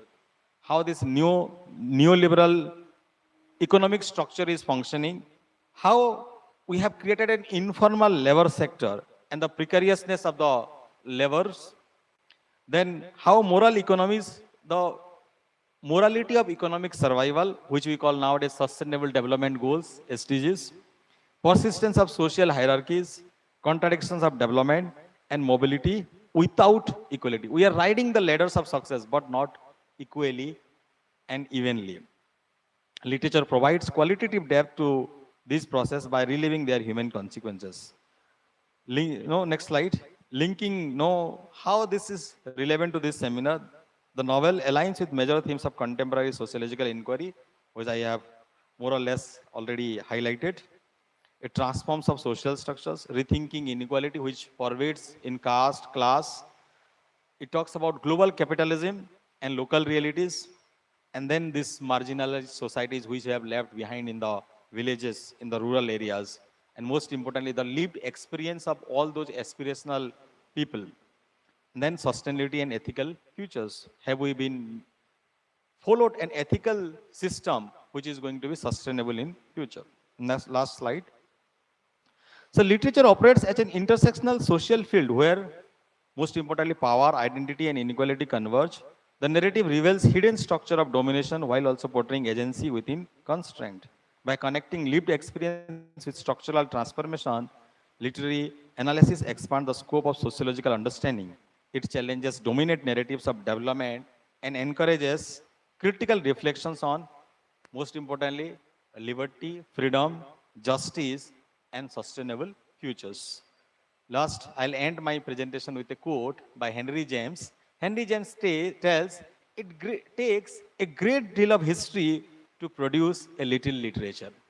And this is an epitome of the new millennium where Adiga is questioning the social realities of 21st century in a novel written in 2008. Thank you very much. Thank you.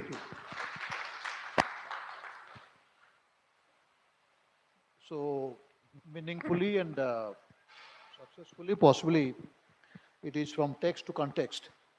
And it is a journey from the literature to through different aspect of life, like traveled through different social aspect and ultimately to the context. Thank you very much. Any questions? Yeah.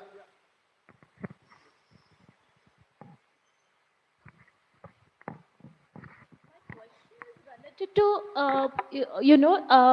the politics of popular culture, popular literature as a cultural commodity. Now, this text emerged at a time when globalization and neoliberalization was just heyday, right? So, don't you think Arvind Adiga, who does not belong to that particular community, who is a Indian diasporic person living in Australia, and writing about, whatever he has written in White Tiger, right, it's a kind of borrowed experience that he's trying to capitalize and sort of selling it to a market which buys a particular image of India. It is sold. If you problematize India and just write in a manner that India is totally a country of slumdog, magically becoming millionaire sometime, right? Whenever the West intervenes, they become magically, millionaire. So that particular image of India is, Aram set is sold in the West, right? Don't you think Arvind Adiga, whatever he's preaching in the text, is also paradoxically doing by sort of assuming spokespersonship for a particular community and capitalizing it also, aligning himself with the new liberal market economy by creating this particular book? That's my question. Thank you. Yes, to a greater extent, you are correct. No, that is what his projection is. So being, it becomes very convenient, easy, and at the same time, no sellable also. If you write about the third world country, being a person from the first world country or the developed countries, Adhika takes that convenient position. But he is also not completely, rejecting the realities that existed in India. The two kinds of economy that the pluralities of India. At one point of time, we are adopting new models of economic development, but that models of development is never inclusive. So this text is a critique. He is critiquing these spheres of change that are happening at the economic and most importantly at the political level and the policies that we are adopting. So it is definitely going to benefit, but the benefit is going to be only to certain individuals, those who will be able to. Yes. Yes. Huh. That is what is happening. And that is what is happening. Even this movie Slumdog Millionaire also did exactly the same thing which Artiga did doing in the level of literature, that movie did in the level of. So we always projected the realities which is harsh, which may not be acceptable. But those people who are doing it, they are definitely taking a convenient, position in the process of telling a story. But that story is also not completely untrue or completely, unreal. So that is what I'll say. Half true. Yeah. Half truth. Half truth, yes. Okay, thank you. Next, moving to sociology. Atlin Giri. ଆପଣ present କରିବେ? ନାହାନ୍ତି?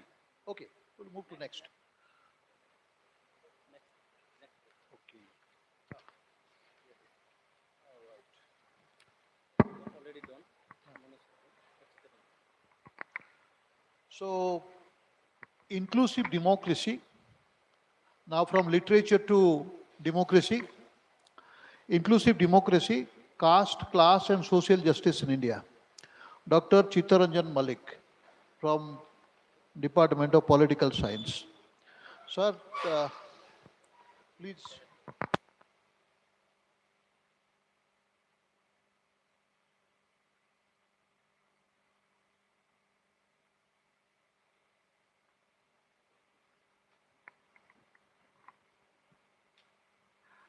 Good afternoon, all of you. Honorable Chair, Co-Chair, esteemed dignitaries, on the dais, Dharna Ma'am, Sanjeev Sir, and other faculties, my co-presenter, then participant, my beloved student,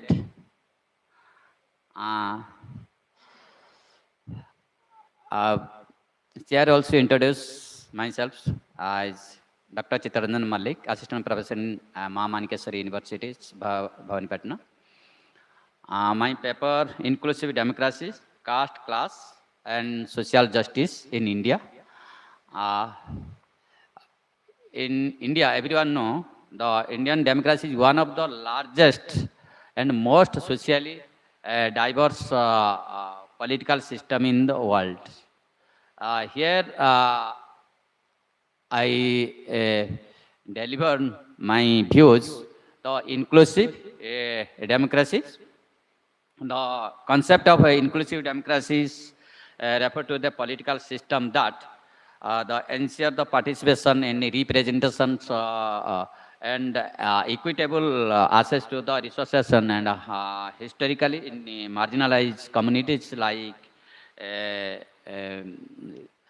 SC, ST and OBC and women's also. In this regard, my paper explore the India's democratic institution, constitutional provisions, and social justice policy address the caste, class, and inequality in evaluate their success and limitations. Uh,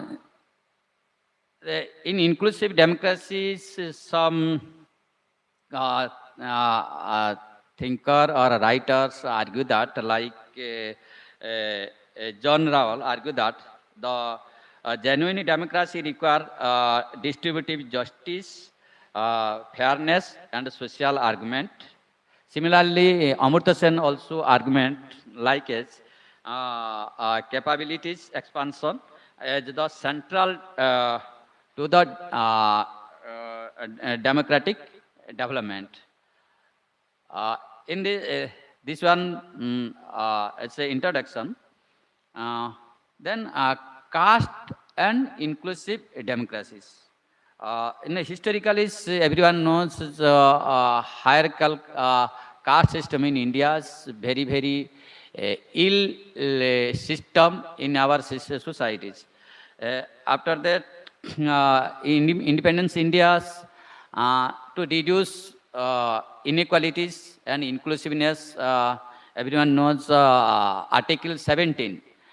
It's uh, uh, explain the prohibition of untouchabilities as well as protect of SC, ST, then others. Then affirmative action of representations like reservation policies to protect SC, and minorities, minorities, minority to protect their parties means right. Then Dalit movement, everyone knows Dalit movement in all over India's one of Dalit parties. Everyone know it emerged BSP is founded Kansaram, then running by now in Mayavati's. It's a Dalit movement also transform into political party. Political party also represent Dalit right in a local level as well as in nation and parliament. Then class, economic and inequality and inclusive democracy, democratic inclusion. After 91 liberalizations, it's caste and class is interrelated. Means when you see in very marginalized caste, almost they were very poor. The class and caste is in Indian societies not very different.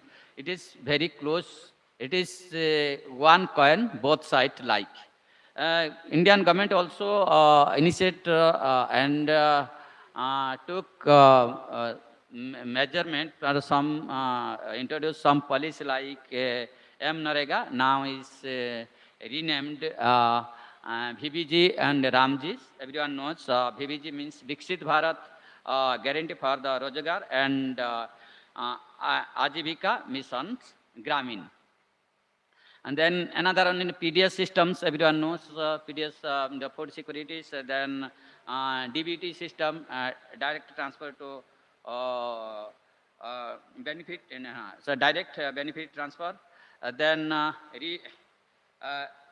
reduce the poverty and vulnerability, all these policies. Then institutional mechanism and social justice, the judiciary and constitutional moralities, and federalism and decentralization. All these challenges in contemporary societies is a very important and challenges for inclusive democracy to include every marginalized communities like SC, ST, OBC, and minorities as well as women. These challenges, like despite the constitutional safeguard and the inclusive democracy, face the obstacles like rising economic inequalities. The poor become poorer and rich become richer. Then persistence of the caste-based violence.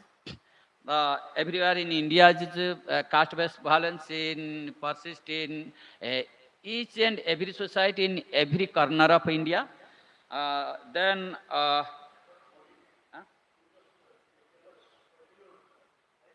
finding, and the findings means in India.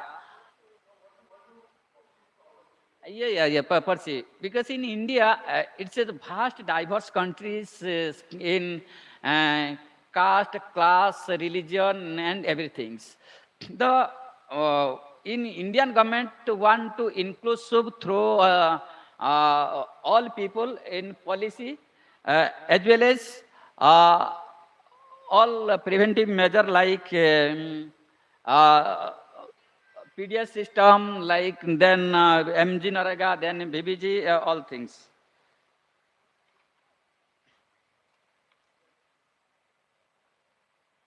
Then some argument here like India's democracy is transparent in design for incomplete in practice. It has achieved the remarkable political inclusions and universal franchise. Then affirmative actions, decentralized representation. Then, but socio-economic inequalities continue in challenges, substantive vulnerabilities and equalities. The inclusive democracy must be therefore move beyond the procedural practice towards the structural transformation through the education, land reform, then employment guarantee, then anti-discrimination enforcement, all things. In conclusion, the democracy in India represents a dynamic and ongoing project rooted in the constitutional commitment to justice, liberty, equalities, and fraternities. It is seek to the dismantle caste hierarchy and reduce class disparities. Then class disparity through legal action, then safeguard and redistributive policy for everyone in society and all marginalized communities in SC, ST, OBC, and other marginalized means women's and minority. Thanks all for listening. Any question and suggestion, then welcome.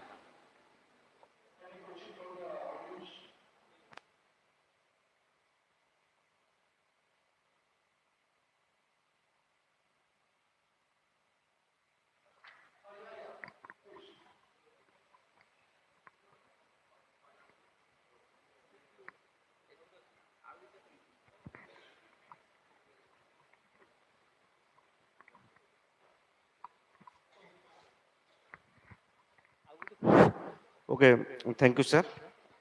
So I have small one question. How does caste class influence and working in a social life? Because one sociologist Andrew said, caste, class, and power, both institutions are functioning each other in a modern society, also in ancient society. So thank you. Okay. So how does caste and class functioning in social reality? Because one sociologist, Andrew Whittle says, caste, class, and power, both institutions are working each other in modern society, also medieval society and ancient society.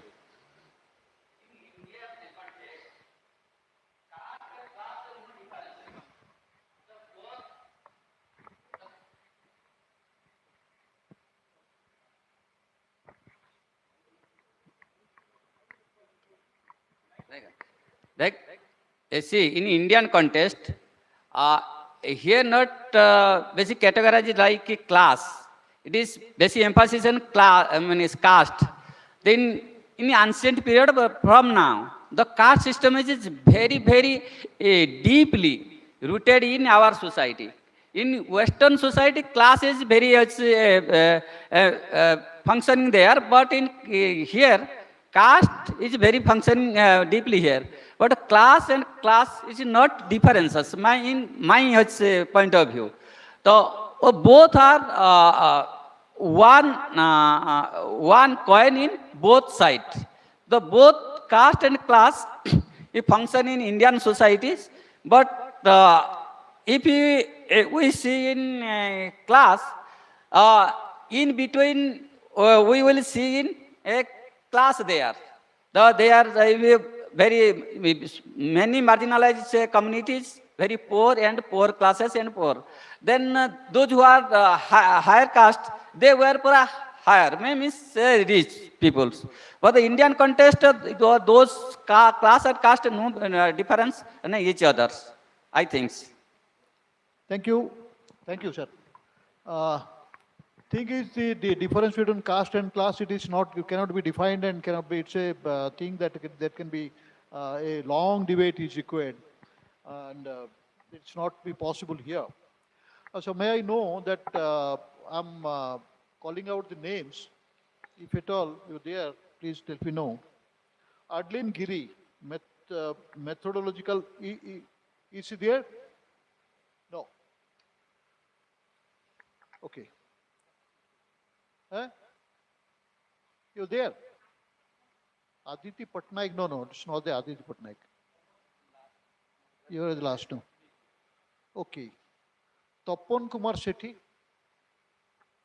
Are you there? Okay. Mr. Pramod Jani. Rediscover the indigenous health system and better lifestyle. A study from Madanpur Rampur block of Kalahandi district. Tapan Kumar Sethi.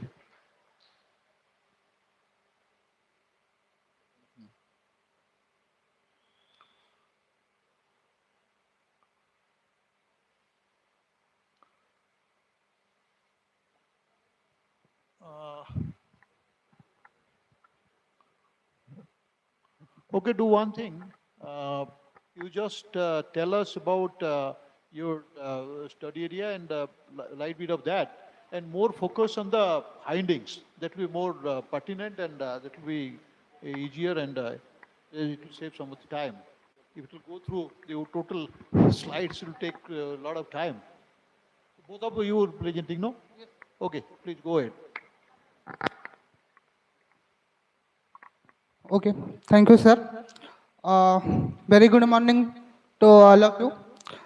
Respected chairperson, dignitaries on the dais, and of the dais, all faculty members, research person, and my dear colleagues. My name is Pramod Jani, Department of Sociology. Today, Today, I discuss my topic, rediscover the indigenous health system for better lifestyle, a study from Madanpur Rampur block in Kalahandi district.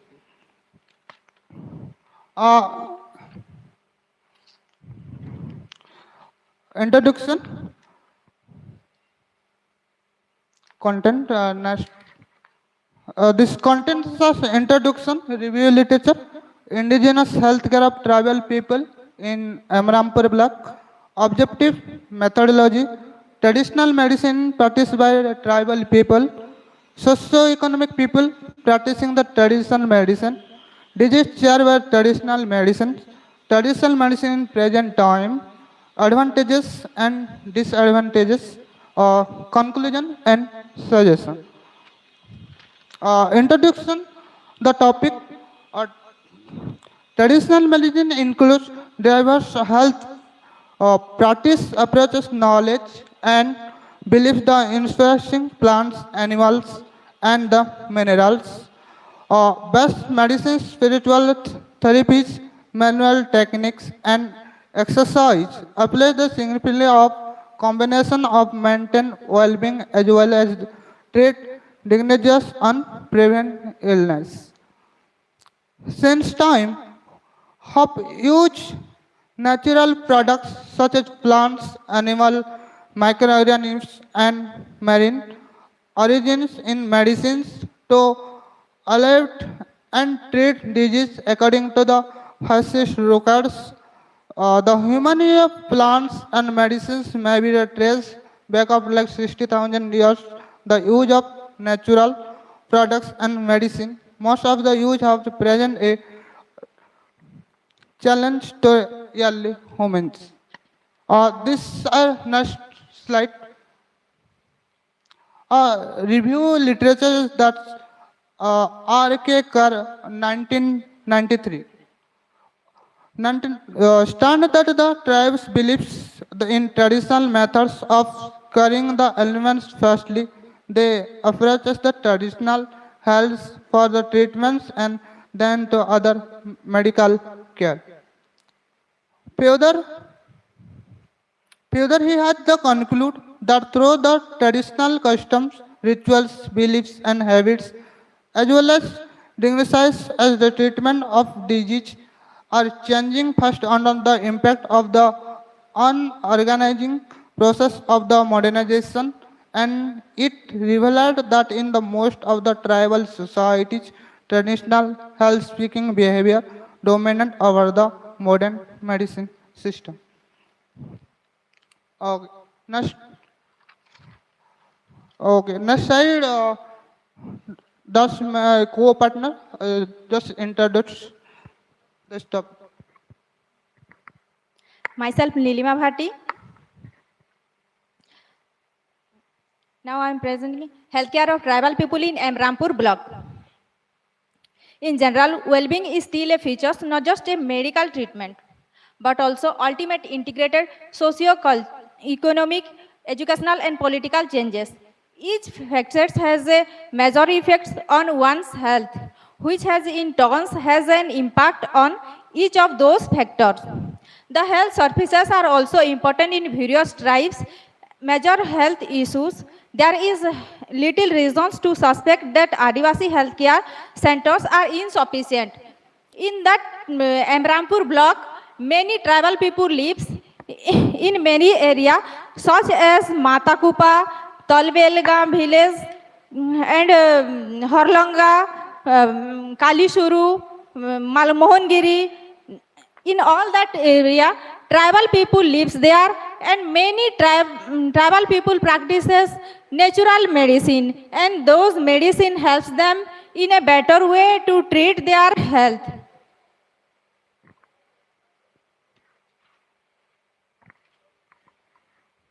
Okay, this objectives.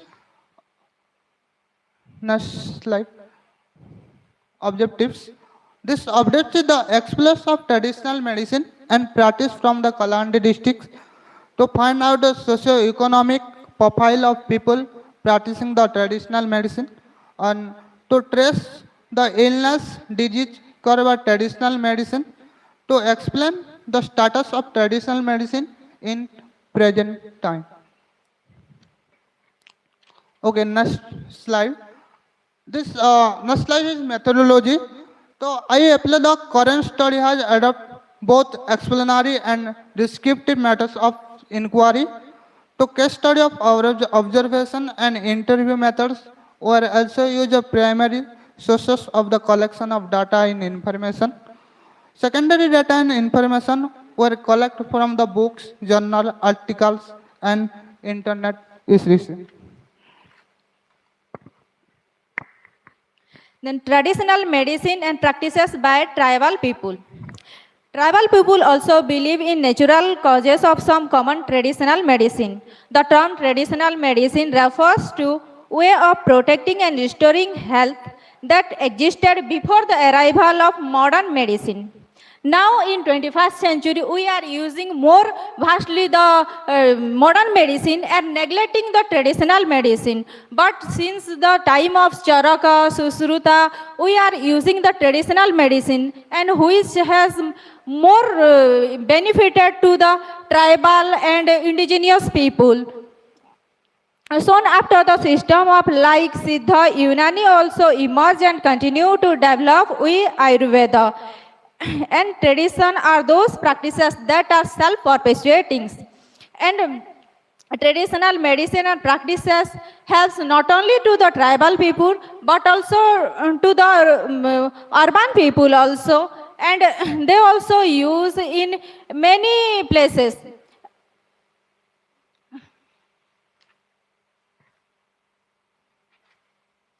Then socio-economic people practicing the traditional medicine. Now in the 21st century, people using many fast food and in the busy schedule, they are lacking their health. So many health problems are arising nowadays like BP, sugar, obesity, all these problems creating in our society due to the lack of health regulation, and they are not maintaining their health lifestyles in a better way. But in tribal medicine and rural herbs, diet, yoga, exercise, all those practices help a better and the indigenous population utilize a vast area of herbal medicine to treat various elements, particularly because of modern healthcare facilities are often inaccessible in that area.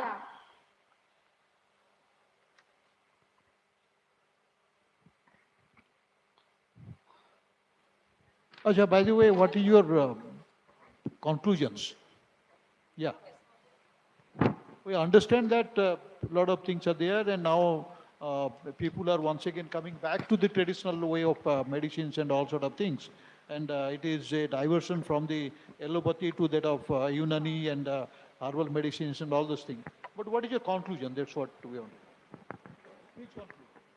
Yes. Advantages of Ayurvedic medicine and tribal medicine. That is reduction of risks of side effect. Traditional medicine and Ayurveda have a less side effect and effective with chronic conditions like the chronic cough, arthritis, joint pains. For example, in Ayurvedic oil helps for arthritis and joint pains, and low cost, widely available. Yoga, exercise and psychotherapy also help the peoples to treat many health illness in many areas. So, since times immoral peoples have tried to find medicines to alleviate pains and cure different illness. The benefits of one society were passed on to another, which plugged all properties. And now the people are going through modern times and they are practicing the modern medicines. But tribal medicine also great effect in our health lifestyles. And so I am requesting to all the peoples and to encourage the society to practice the Ayurveda and tribal medicines in that health conditions, because it helps to secure our health in a better way. Thank you. Thank you. Any questions? Any questions? No questions? You understood that now the whole of the civilization or all the say people, they are moving from allopathy to Ayurvedic, and it is happening. It's not that Anyway, thank you very much for your nice presentation. Go ahead with that. Thank you. Thank you, sir. So next, digital society and human behavior. It will be a joint presentation by Ms. Lakshmi Priya Acharya and Jhansi Mishra. You have a PPT, no? Okay. Both of you will present, no? All right. Please stick to time. Otherwise, you will be delayed for the lunch.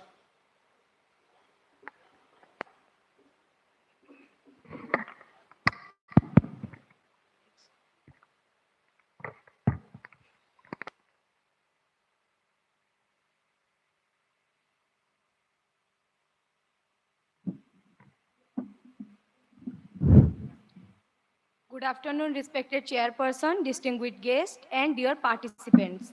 I am Lakshmi Priya Acharya, faculty member, Department of Sociology, Netaji Subhash Chandra Bose Government College, Sambalpur. And I am Jhansi Mishra, faculty of High Tech Public School, Bhavani, Patna. Today, we feel honored to present our paper titled Digital Society and Human Behavior, a Sociological Analysis of the 21st Century. Through this presentation, we attempt to examine how digital platforms reshape communication patterns, identity formation, social norms, and power relations from a sociological perspective. Our aim is to critically analyze both the opportunities and challenges emerging in this digital era.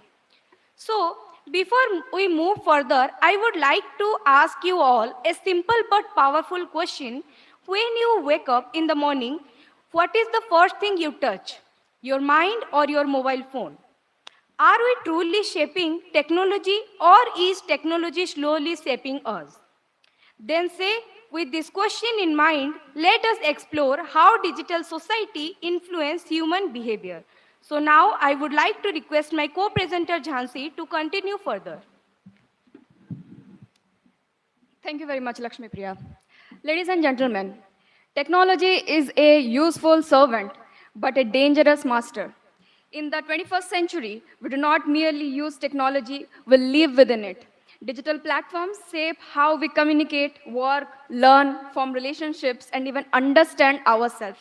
In this regard, I want to highlight the concept of Manuel Castells, who describe about network society and which is now our everyday reality, a world structured by flows of information, data, and connectivity.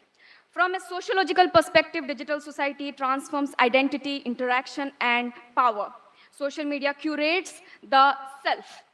Algorithm influence what we see, what we believe, and sometimes what we desire through what Shoshana Zuboff calls surveillance capitalism. Human experience itself becomes data, extracted, predicted, and monetized.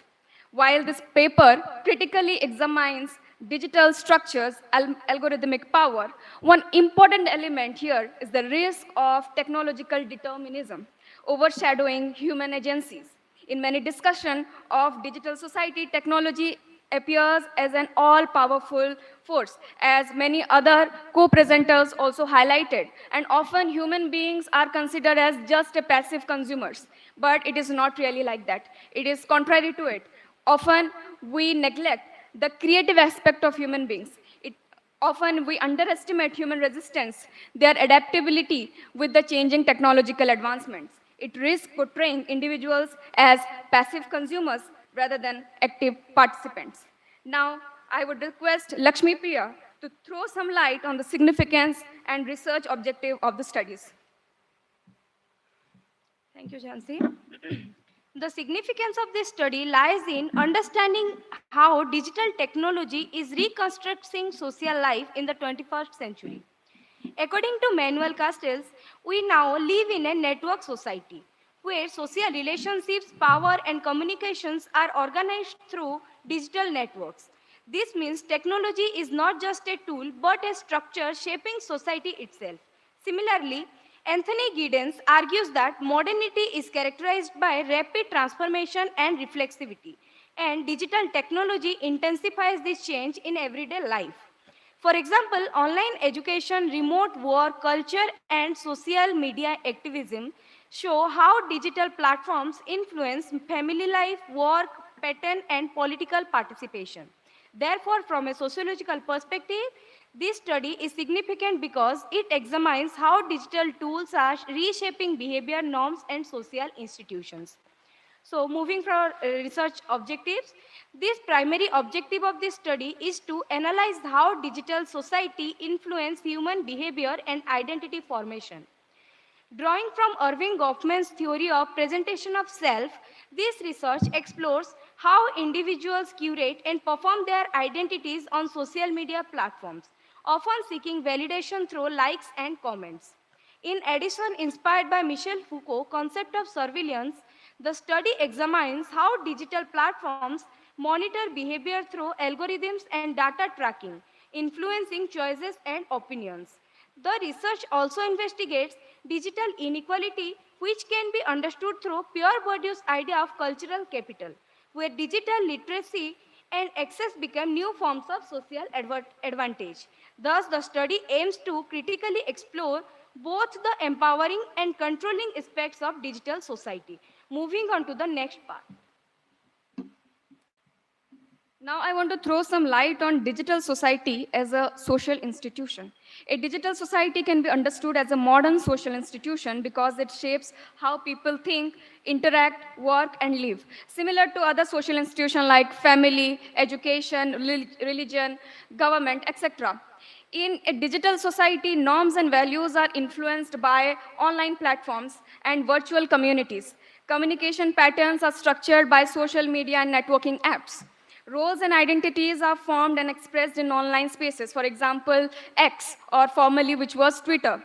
Education, economy, and governance increasingly function through digital system. Thus, digital society is not just about technology, it is a structured system that regulates behavior, creates shared meanings, and organizes social life in the 21st century. And in this regard, I want to highlight some important positive impacts of the digital sphere. First is it is creating new career pathways coming to content creation, digital entrepreneurship, work from home, content writer, editor, etc. These people are getting a mass level of employment as well.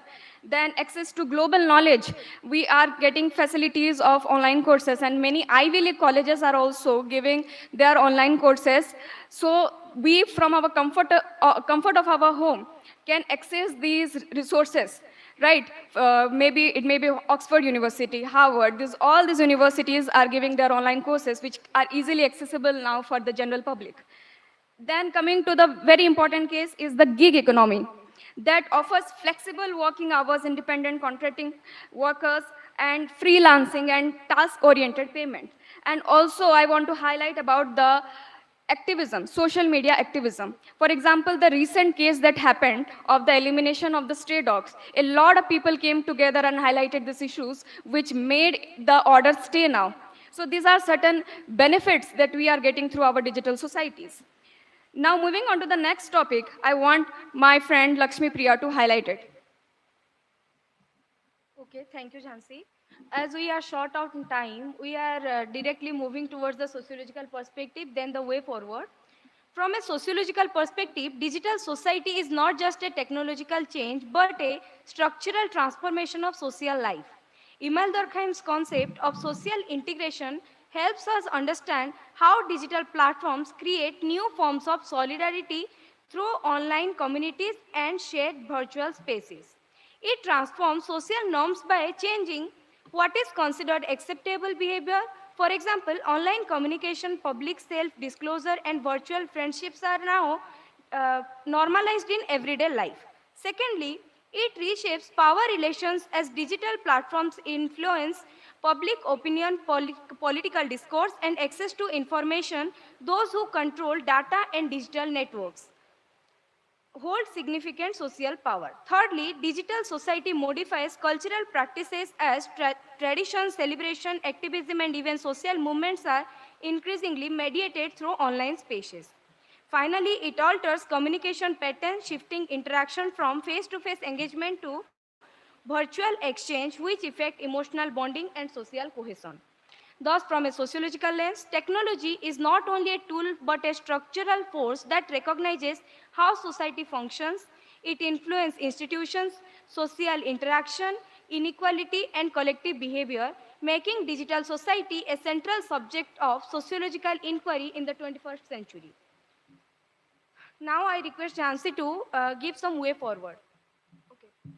Everyone, most of our generation, I think you will be familiar with these two words, brain rot and rage baiting. Are you all familiar with this?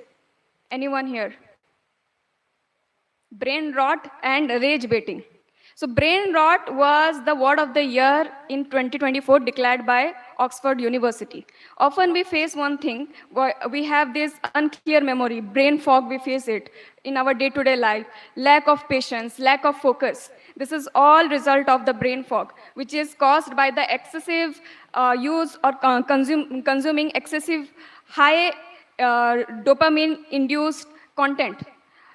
These things lead to decline of our focus, our creative ability, which we are facing, especially our generation is facing. And coming to rage baiting, often we all are in the social media platforms. We will be going through the comment section of the social media platforms, maybe YouTube, Facebook, or Instagram, whatever it is. There are certain people known as the trolls. They always try to outrage people about certain topics. And the more you go through these kind of comments, the more you start getting triggered about small issues. These kind of things are promoting intolerance among the people. People are getting angry about very small and simple topics. Right? So way forward I want to give is democratization of the digital society. The European Union has also come forward to it and have given AI Act and major other regulation act, but India still needs to do a lot in this regard to make sure proper democratization, proper governance, and proper access, and ensure there is no digital divide in the society. Thank you. Now, digital literacy should be encouraged at all levels, schools, colleges, communities. People must learn not only how to use technology, but how to use it responsibly and critically. This includes identifying fake news, protecting privacy, and understanding algorithm influence. Technology companies and users both must follow ethical standards. Issues like data privacy, cybersecurity, and responsible content sharing should be taken seriously. Ethical digital behavior should become a social norm. Individuals must maintain a healthy balance between digital engagement and real-life interaction. Face-to-face interaction strengthens emotional bonds and social cohesion. Technology should support life, not replace it. The future is undoubtedly digital, but the sustainable progress depends on keeping humanity at the center of technological advancement.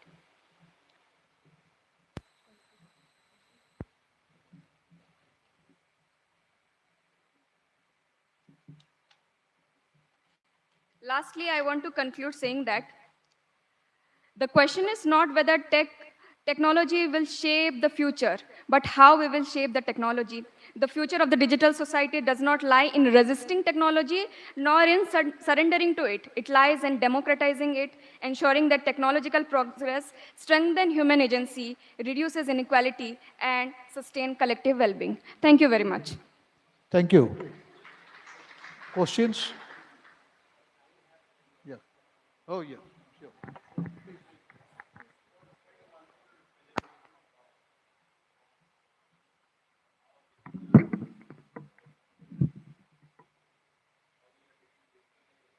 My question is, so what is the pedagogical recommendations or what kind of pedagogical changes we need to make at the present context so that we can be more inclusive where we will not be suffering from digital arrest or the digital challenges that we are going to face, especially the term that you mentioned, no brain fog and no Brain rage fog. belly or belly rage.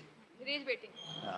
So how can we prevent our future generations and what kind of pedagogical changes required at the present time so that we'll be better prepared for the future where we'll not be terrified by digital platforms? My question is.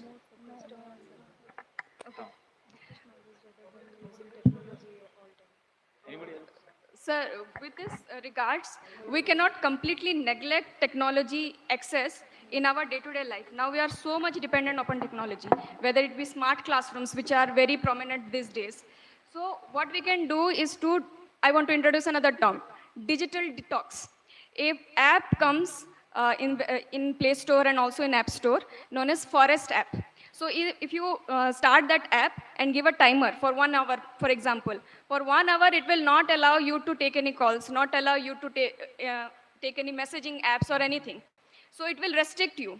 We cannot completely deny or ban someone accessing any kind of technology, especially to younger generation. They are more prone to be rebel and start using it suspiciously.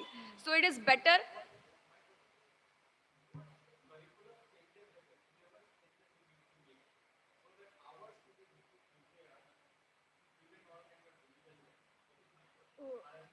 We should focus on bookish knowledge more than digital. Sir, we should. Recently in the budget, the finance minister has introduced a term called orange economy. So they are going to introduce digital and robotics in our curriculum. So with this introduction, we are going to highlight the positive aspect of technology, right? And also, I can say one more thing we can do is, as I said, digital detox. I said we can use this kind of campaigns in the school to make more awareness. In our college, as I am the alumni of this college, in our college also, last year, there was this phone box thing was made, where all the students have to submit their phones before they enter into the lecture. So I think this kind of things should be introduced in the curriculum as a part, not only about the part of the bookish terms, but also the practical aspects of it. Sir, this process is also followed in my class, and my students are also doing the same. Okay, thank you. Yes, sir. Thank you, sir. No, there is a lot of thing regarding this thing in the present budget. Present budget has come up with a lot of proposals on that. So thank you guys. Next is human behavior in the age of social media.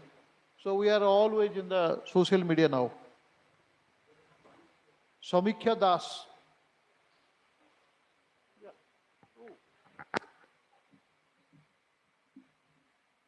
Focus on how to be social, not to do social. A very warm afternoon to the respected chairperson, respected participants and panel members. Myself Samiksha Das, student of PG second year, Department of English, Mamadi Kisuri University. In this, it is no wonder to know that social media, which is created by the human brain itself, is much more dependent on social media than social media being dependent on human brain. And in this presentation, I'm going to talk about how human brain is shaped, controlled by social media algorithm. Every coin has two sides, and social media has no exception to it. Both the positive and negative influences of social media on human brain.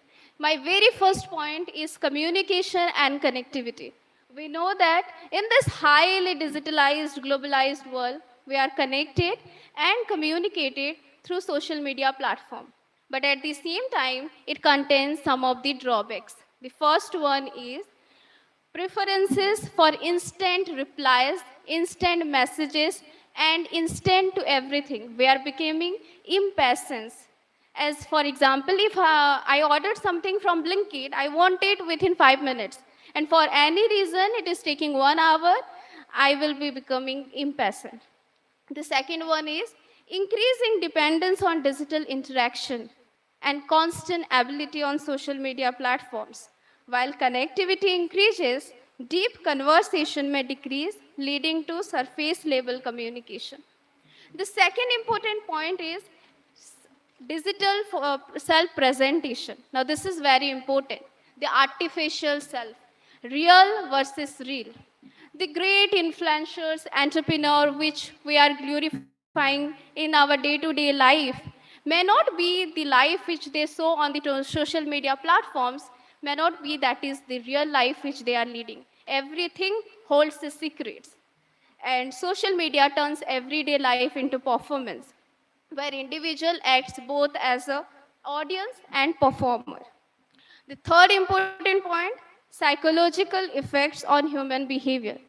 As I belong to this generation, I know that how social media is affecting the brain of young minds. It's not only had some positive psychological effects, but also negative psychological effects. For example, anxiety and depression, as we all know, but fear of missing out has struck FOMO, where an individual feels stranger, not fit into the society of highly digitalized world. And in a way, they use an alternative or coping mechanism that is JOMO, joy of missing out. At the same time, it reduces concentration and attention span, sleep disturbance due to late night uses. Human attention becomes fragmented and passions decreases because users become accustomed to instant entertainment. Then talking about social relationship and behavioral interaction, as we all know, this in these days we are lacking facial expression and emotional depth, which includes the emotional disturbance. And finally, talking about social impact, culture, and digital responsibility. Social media influences society at a collective level by shaping public opinion, cultural trends, and political awareness. Information spreads rapidly, but not all information is accurate. Users become both consumers and producers of information. So, the key challenge of the modern society is not avoiding social media, but using it consciously and ethically. Social media not only connects human beings, but it reshapes how human thinks, feel, and exist within the society.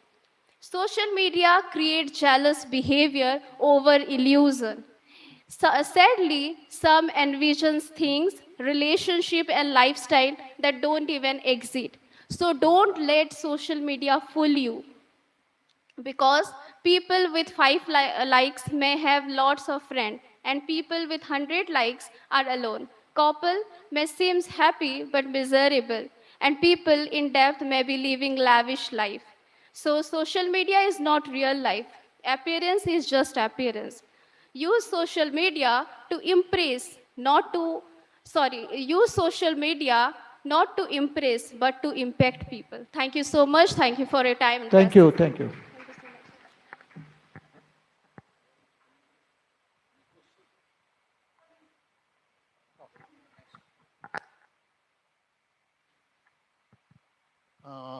Next is shaping minds for tomorrow.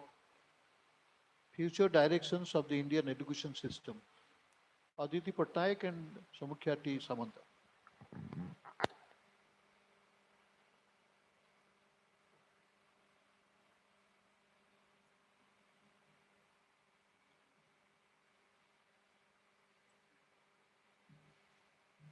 Sir, actually,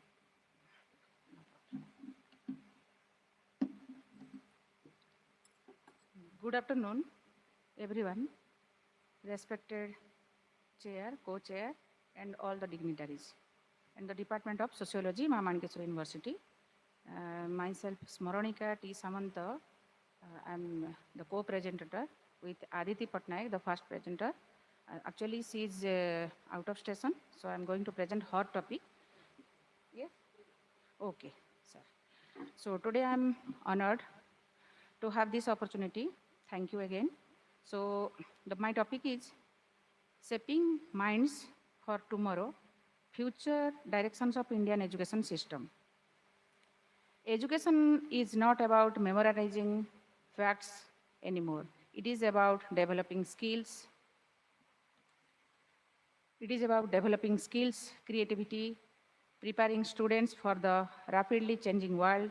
In this presentation, I will explain how India's education system is evolving to become more inclusive, skill-based, and globally relevant.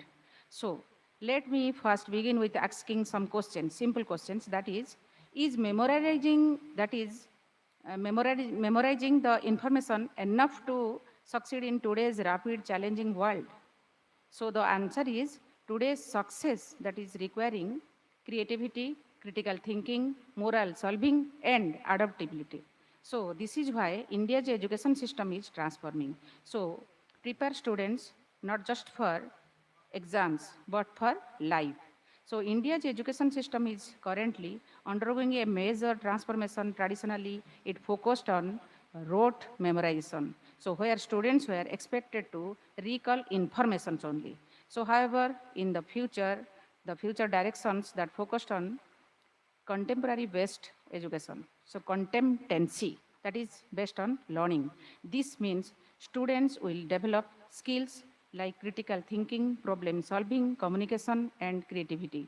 So with proper implementation of digital tools, teacher development and inclusive policies, India has the potential to become a global leader in modern education. So in the traditional system, students were judged mainly by examination. But in the future, assessment will include projects, portfolios, and practical performance. Students will progress based on mastery of all skills rather than age alone.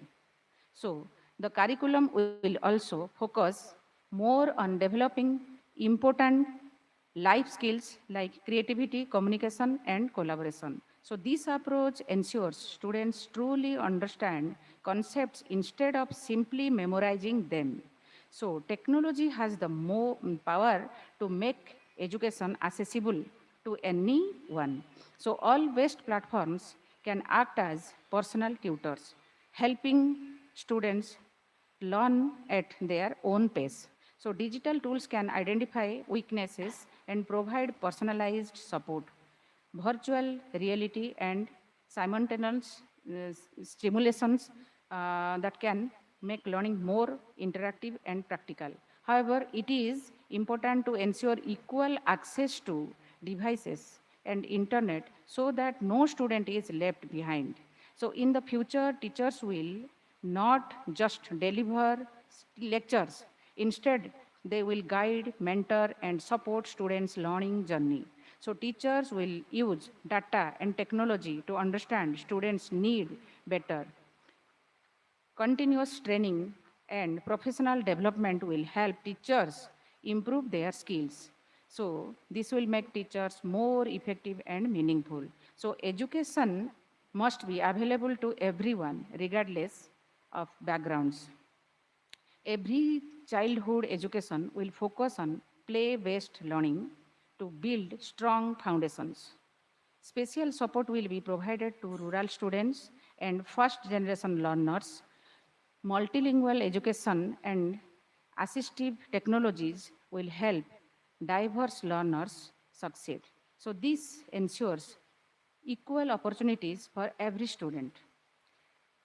Universities in India are expected to become global centers of learning and research. Students will have flexible courses, interdisciplinary programs, and industry entrepreneurship.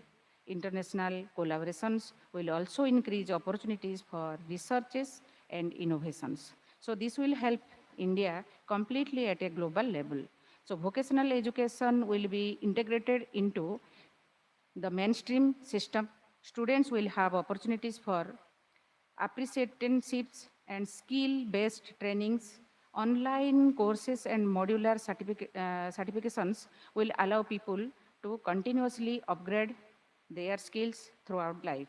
So this will prepare students for real world career and employment. So the education system that will follow a decentralized governance model. So national standards will provide guidelines while states and schools will have flexibility to implement them. Parents, teachers, and communities will participate in decision making. Data systems will track performance and ensure accountability. So this will make the system more transparent and effective. The biggest challenge include bridging the digital divide, im- improving teacher training, and ensuring proper funding. So the curriculum must also balance local knowledge with global skills. With proper planning and investment, those challenges that can be overcome. So in the conclusion, I would like to conclude the topic because so it is so late. The topic is vast actually. So the India's education system is moving towards becoming more skill-based, inclusive and technology-driven with strong policies, teacher support, and equal access to resources. So India can create a modern education system that prepares students for the future. So this transformation will help develop capable, innovative, and responsible citizens in everywhere, in every countries. So thank you. It was a great honor presenting my topic, my views before you. So thank you again. Thank you. Possibly all of your queries and all of your presentation is centering around new education policy 2020. It has got a lot of solution to whatever you have suggested. Thank Yes, you. yes, I have actually some suggestions I have given here. Yeah. That it would be better for the future progress. If it would be like this, then that will be better for the. Actually, this system is going on now. The changes are coming by the NIP education policies. So it will be better if the education system will gradually change like this. Okay. Thank you. Thank you, sir. Thank you. Thank you so much.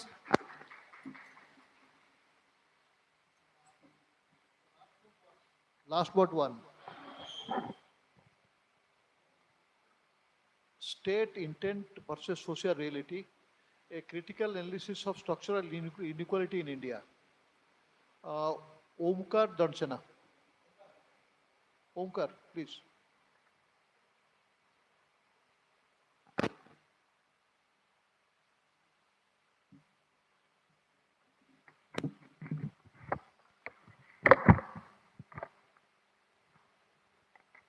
A very good afternoon to one and all present here. My topic, paradoxes of protection, bridging the gap between state policy and societal practice in intercaste marriage and the POCSO Act. In contemporary India, laws and schemes designed to promote equality and safeguard the vulnerable frequency collide with entrenched social norm. This paper examines two critical domains, state incentives for intercaste marriage, such as the Dr. B.R. Ambedkar scheme, and the stringent application of the Protection of Children from Sexual Offences, POCSO Act, 2012. In case involving adolescent couple, while this intervention seeks social progress, they often falter due to resistance from caste-based communities called Samaj, families and traditional power structure. Intercaste couples encounter threat, ostracism, or violence, rendering financial aid insufficient against existential fear. Similarly, the POCSO Act, intended to protect minors, sometimes criminalize consensual teenage relationships, resulting in imprisonment for boys and institutionalism or social stigma for girls. Drawing on theories of structural inequality and the sociology of law, this study argues that without community engagement, sustained awareness, and nuisance implementation, these policies inherently generate new vulnerabilities.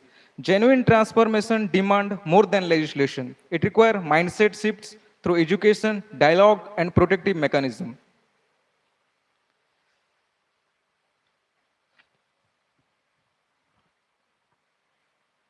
I will state a story. Imagine this, a young man, 20-year-old Saksam Tate from Maharashtra, deeply in love with Anchal, a girl from another caste. They love each other for 3 years, but her family said no because of caste.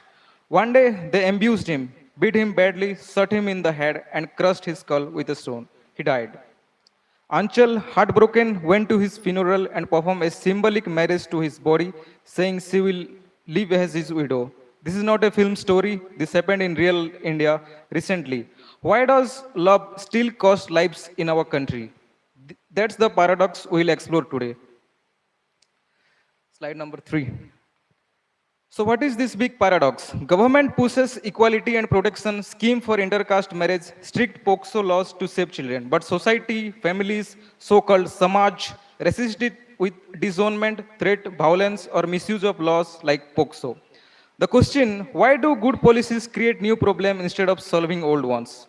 Let's look at the two examples. Slide 4. Intercaste marriage, government search. First, intercaste marriage. Government want to break caste barrier. Dr. B.R. Ambedkar schemes give rupees 2.5 lakh help to couples where one is from scheduled caste. States and other states have also extra incentives. Law across caste equality we support you. Slide number 5, intercaste marriage, painful reality.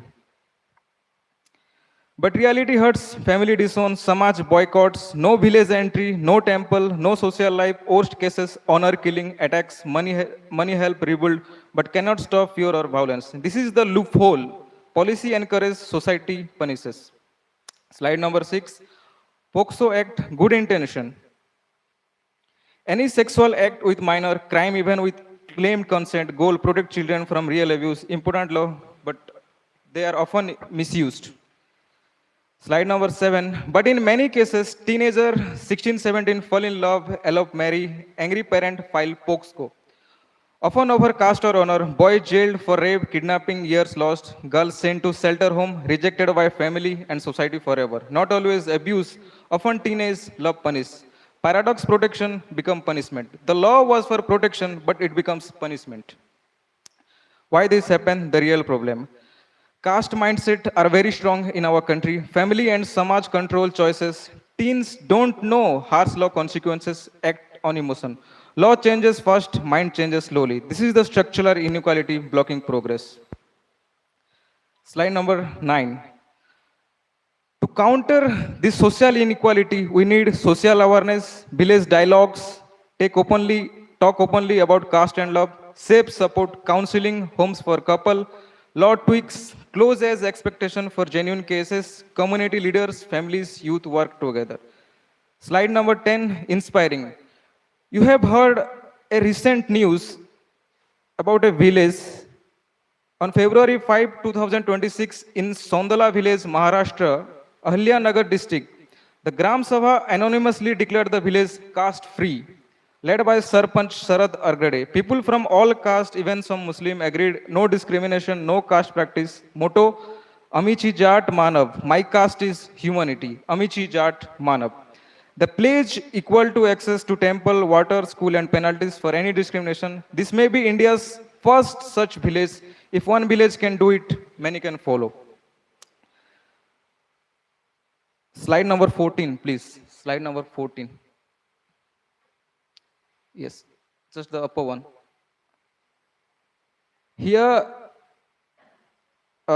this was the story from Maharashtra, but in Kalahandi also, we have this personality named Gangadhar Vishnu Dansana, ex-Sarpanch. A teenager intercaste couple married against family wishes under pressure from the Samaj, the so-called community. And this incident is from, I think, Nuaguda, I think. The couple was disowned and thrown out. The Samaj not only rejected them, but tried to lodge an FIR under POCSO, and other law, not just to protect the girl, but to teach the young lovers a harsh lesson and punish them, using the very law meant for protection. Just as they were about to file the case at the police station, one man arrived in time, Gangadhar Vishnu Dansana Ji, former Sarpanch of Pilkia village. Step forward, he convinced both family and the Samaj member not to lodge FIR. He talked sense into them, calm the anger, and stop the misuse of law.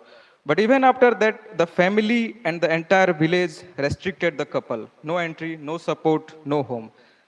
Then Gangadhar Ji did something extraordinary. He wholeheartedly adopted them. He brought the young couple to his own home, treated them as his family, and gave them shelter and love. Today they are living happily in his house, and they have been blessed with a beautiful baby girl. This is the true community engagement. One leader bridging the gap when policy and society clash. So the simple truth is good law plus good heart is real changes. Younger people deserve love without fear, growth without punishment, equal India. Laws alone cannot change. Need awareness, dialogue, courage, community support like Gangadhar ji and Sondala village shows us. Only then we bridge policy and practice. Thank you for listening patiently. Dhanyavad. Thank you. So the last paper, impact of government schemes on tribal women, a case study of Thakurmunda block of Mayurbhanj district of Odisha.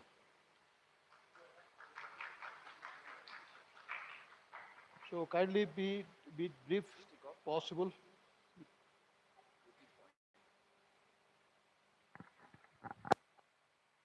Thank you, sir. Respected Sir, Madam, respected Chairperson, my name is Sujit Bandia, Department of Sociology, KISS University. My topic name, Impact of Government Scheme on Hot Tribal Women, a case study of Thakurumda block in Moyurbhanj district, Odisha.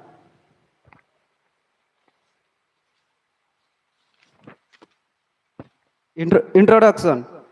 India has the largest tribal population and tribal community, form an important part of the nation's social culture diversity. Hot tribe is one of the major tribal in Odisha, especially Moyurbhanj district. Hot tribal women play a significant role in cultural, social activity, web labor, and house management. Hot tribal women face many social economic problems such as poverty, illiteracy, unemployment, poor health facility, and lack of access financial resource. Thakurumda block is a tribal dominant area. A largest number of Ho women depend on traditional livelihood. This study focuses on impact of scheme on Ho tribal women in Thakurumda block.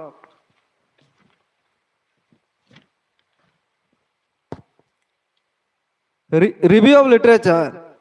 According to Reddy Vidyasagar 2015, the empowerment women is the participation in the fully economic life across all the sector in essentially building stronger economics, achievement the internationally aggressive goal in development and sustainability, and the improving the quality life of women's, men, family and community. There is the research in that gender diversity help the business. Maji and Dr. Suna, empowerment of the women under the Panchayat Raj Institute of Odisha, multi-dimensional process that help the marginalized women access social, political, economic right. Women empowered by the involve the participation in decision-making process, social, economic and political institution.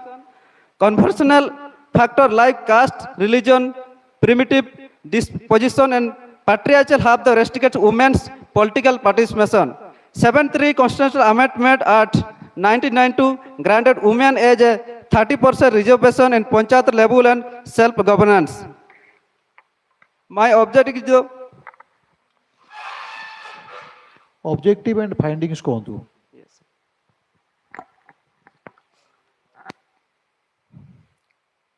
To study the awareness of government scheme among the Ho tribal women. Second, the examine the participation of the Ho women in government scheme. Third, the access of economic impact of scheme on women livelihood.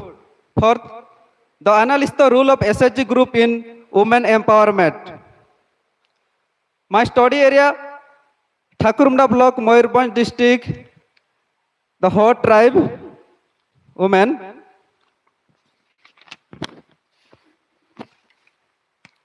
Methodology, sample size the 100 tribal women in Ho tribe.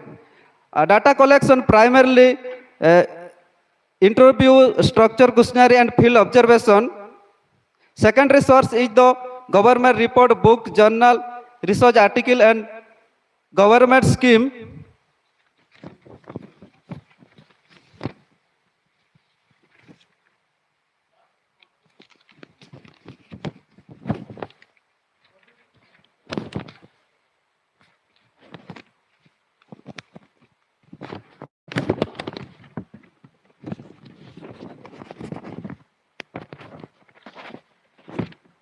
Conclusion, government scheme have played the important role in empowering the socio-economic condition of tribal women. This scheme have increasing income opportunity, employment, financial independence. Participation in the SHG group has a strengthened women confidence, leadership and decision-making power. Awareness about the education, health, governance benefit improve among the women. Proper implement the awareness program and the support system and need for the sustainable government and empowerment of tribal women in the Thakurumda block of the Moyurbhanj district. Thank you. Thank you.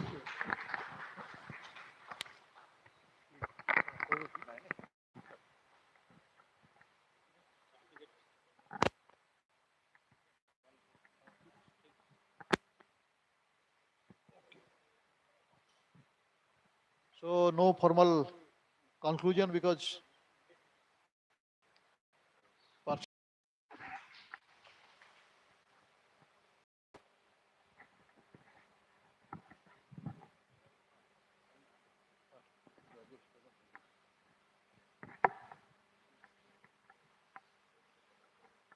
Okay.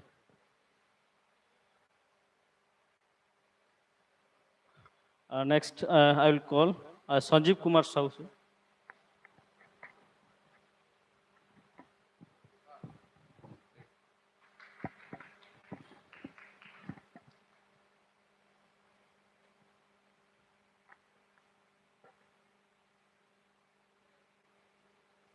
Next, Dr. Manoj Kumar Meher, sir.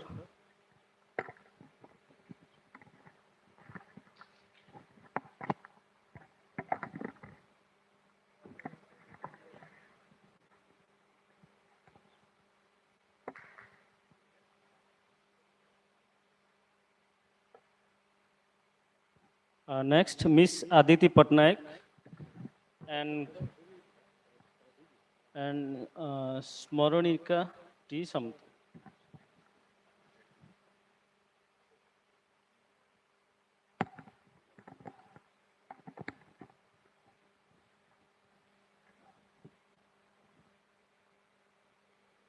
Thank you. Next, Dr. Chittaranjan Maulik, sir.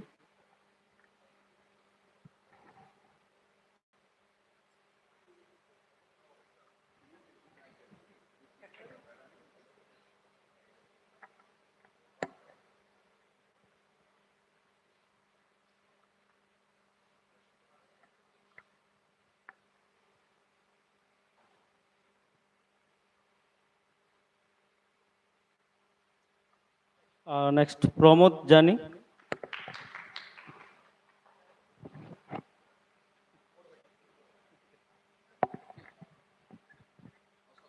And also, I will call co-presenter Nilima Bhatti.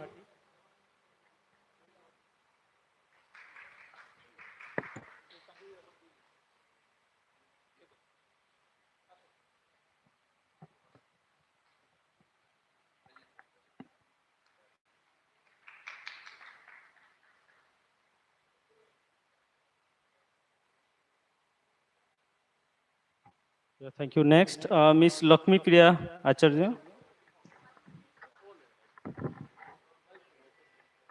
Yeah, I'll call co-presenter Jhansi Misra. Yeah, both of you.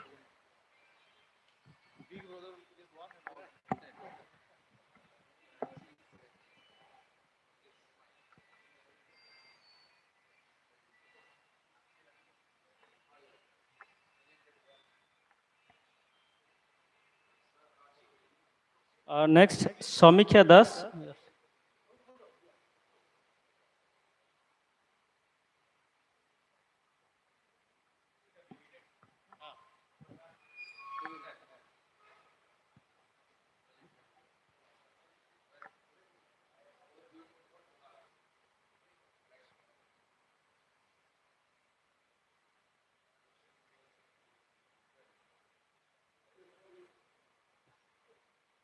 Next, Omkar Dansana.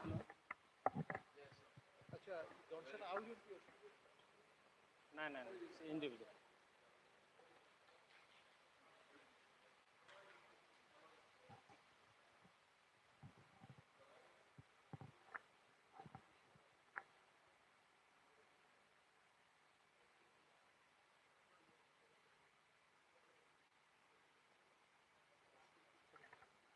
And the last one of this session, I will call Sujit Bandia.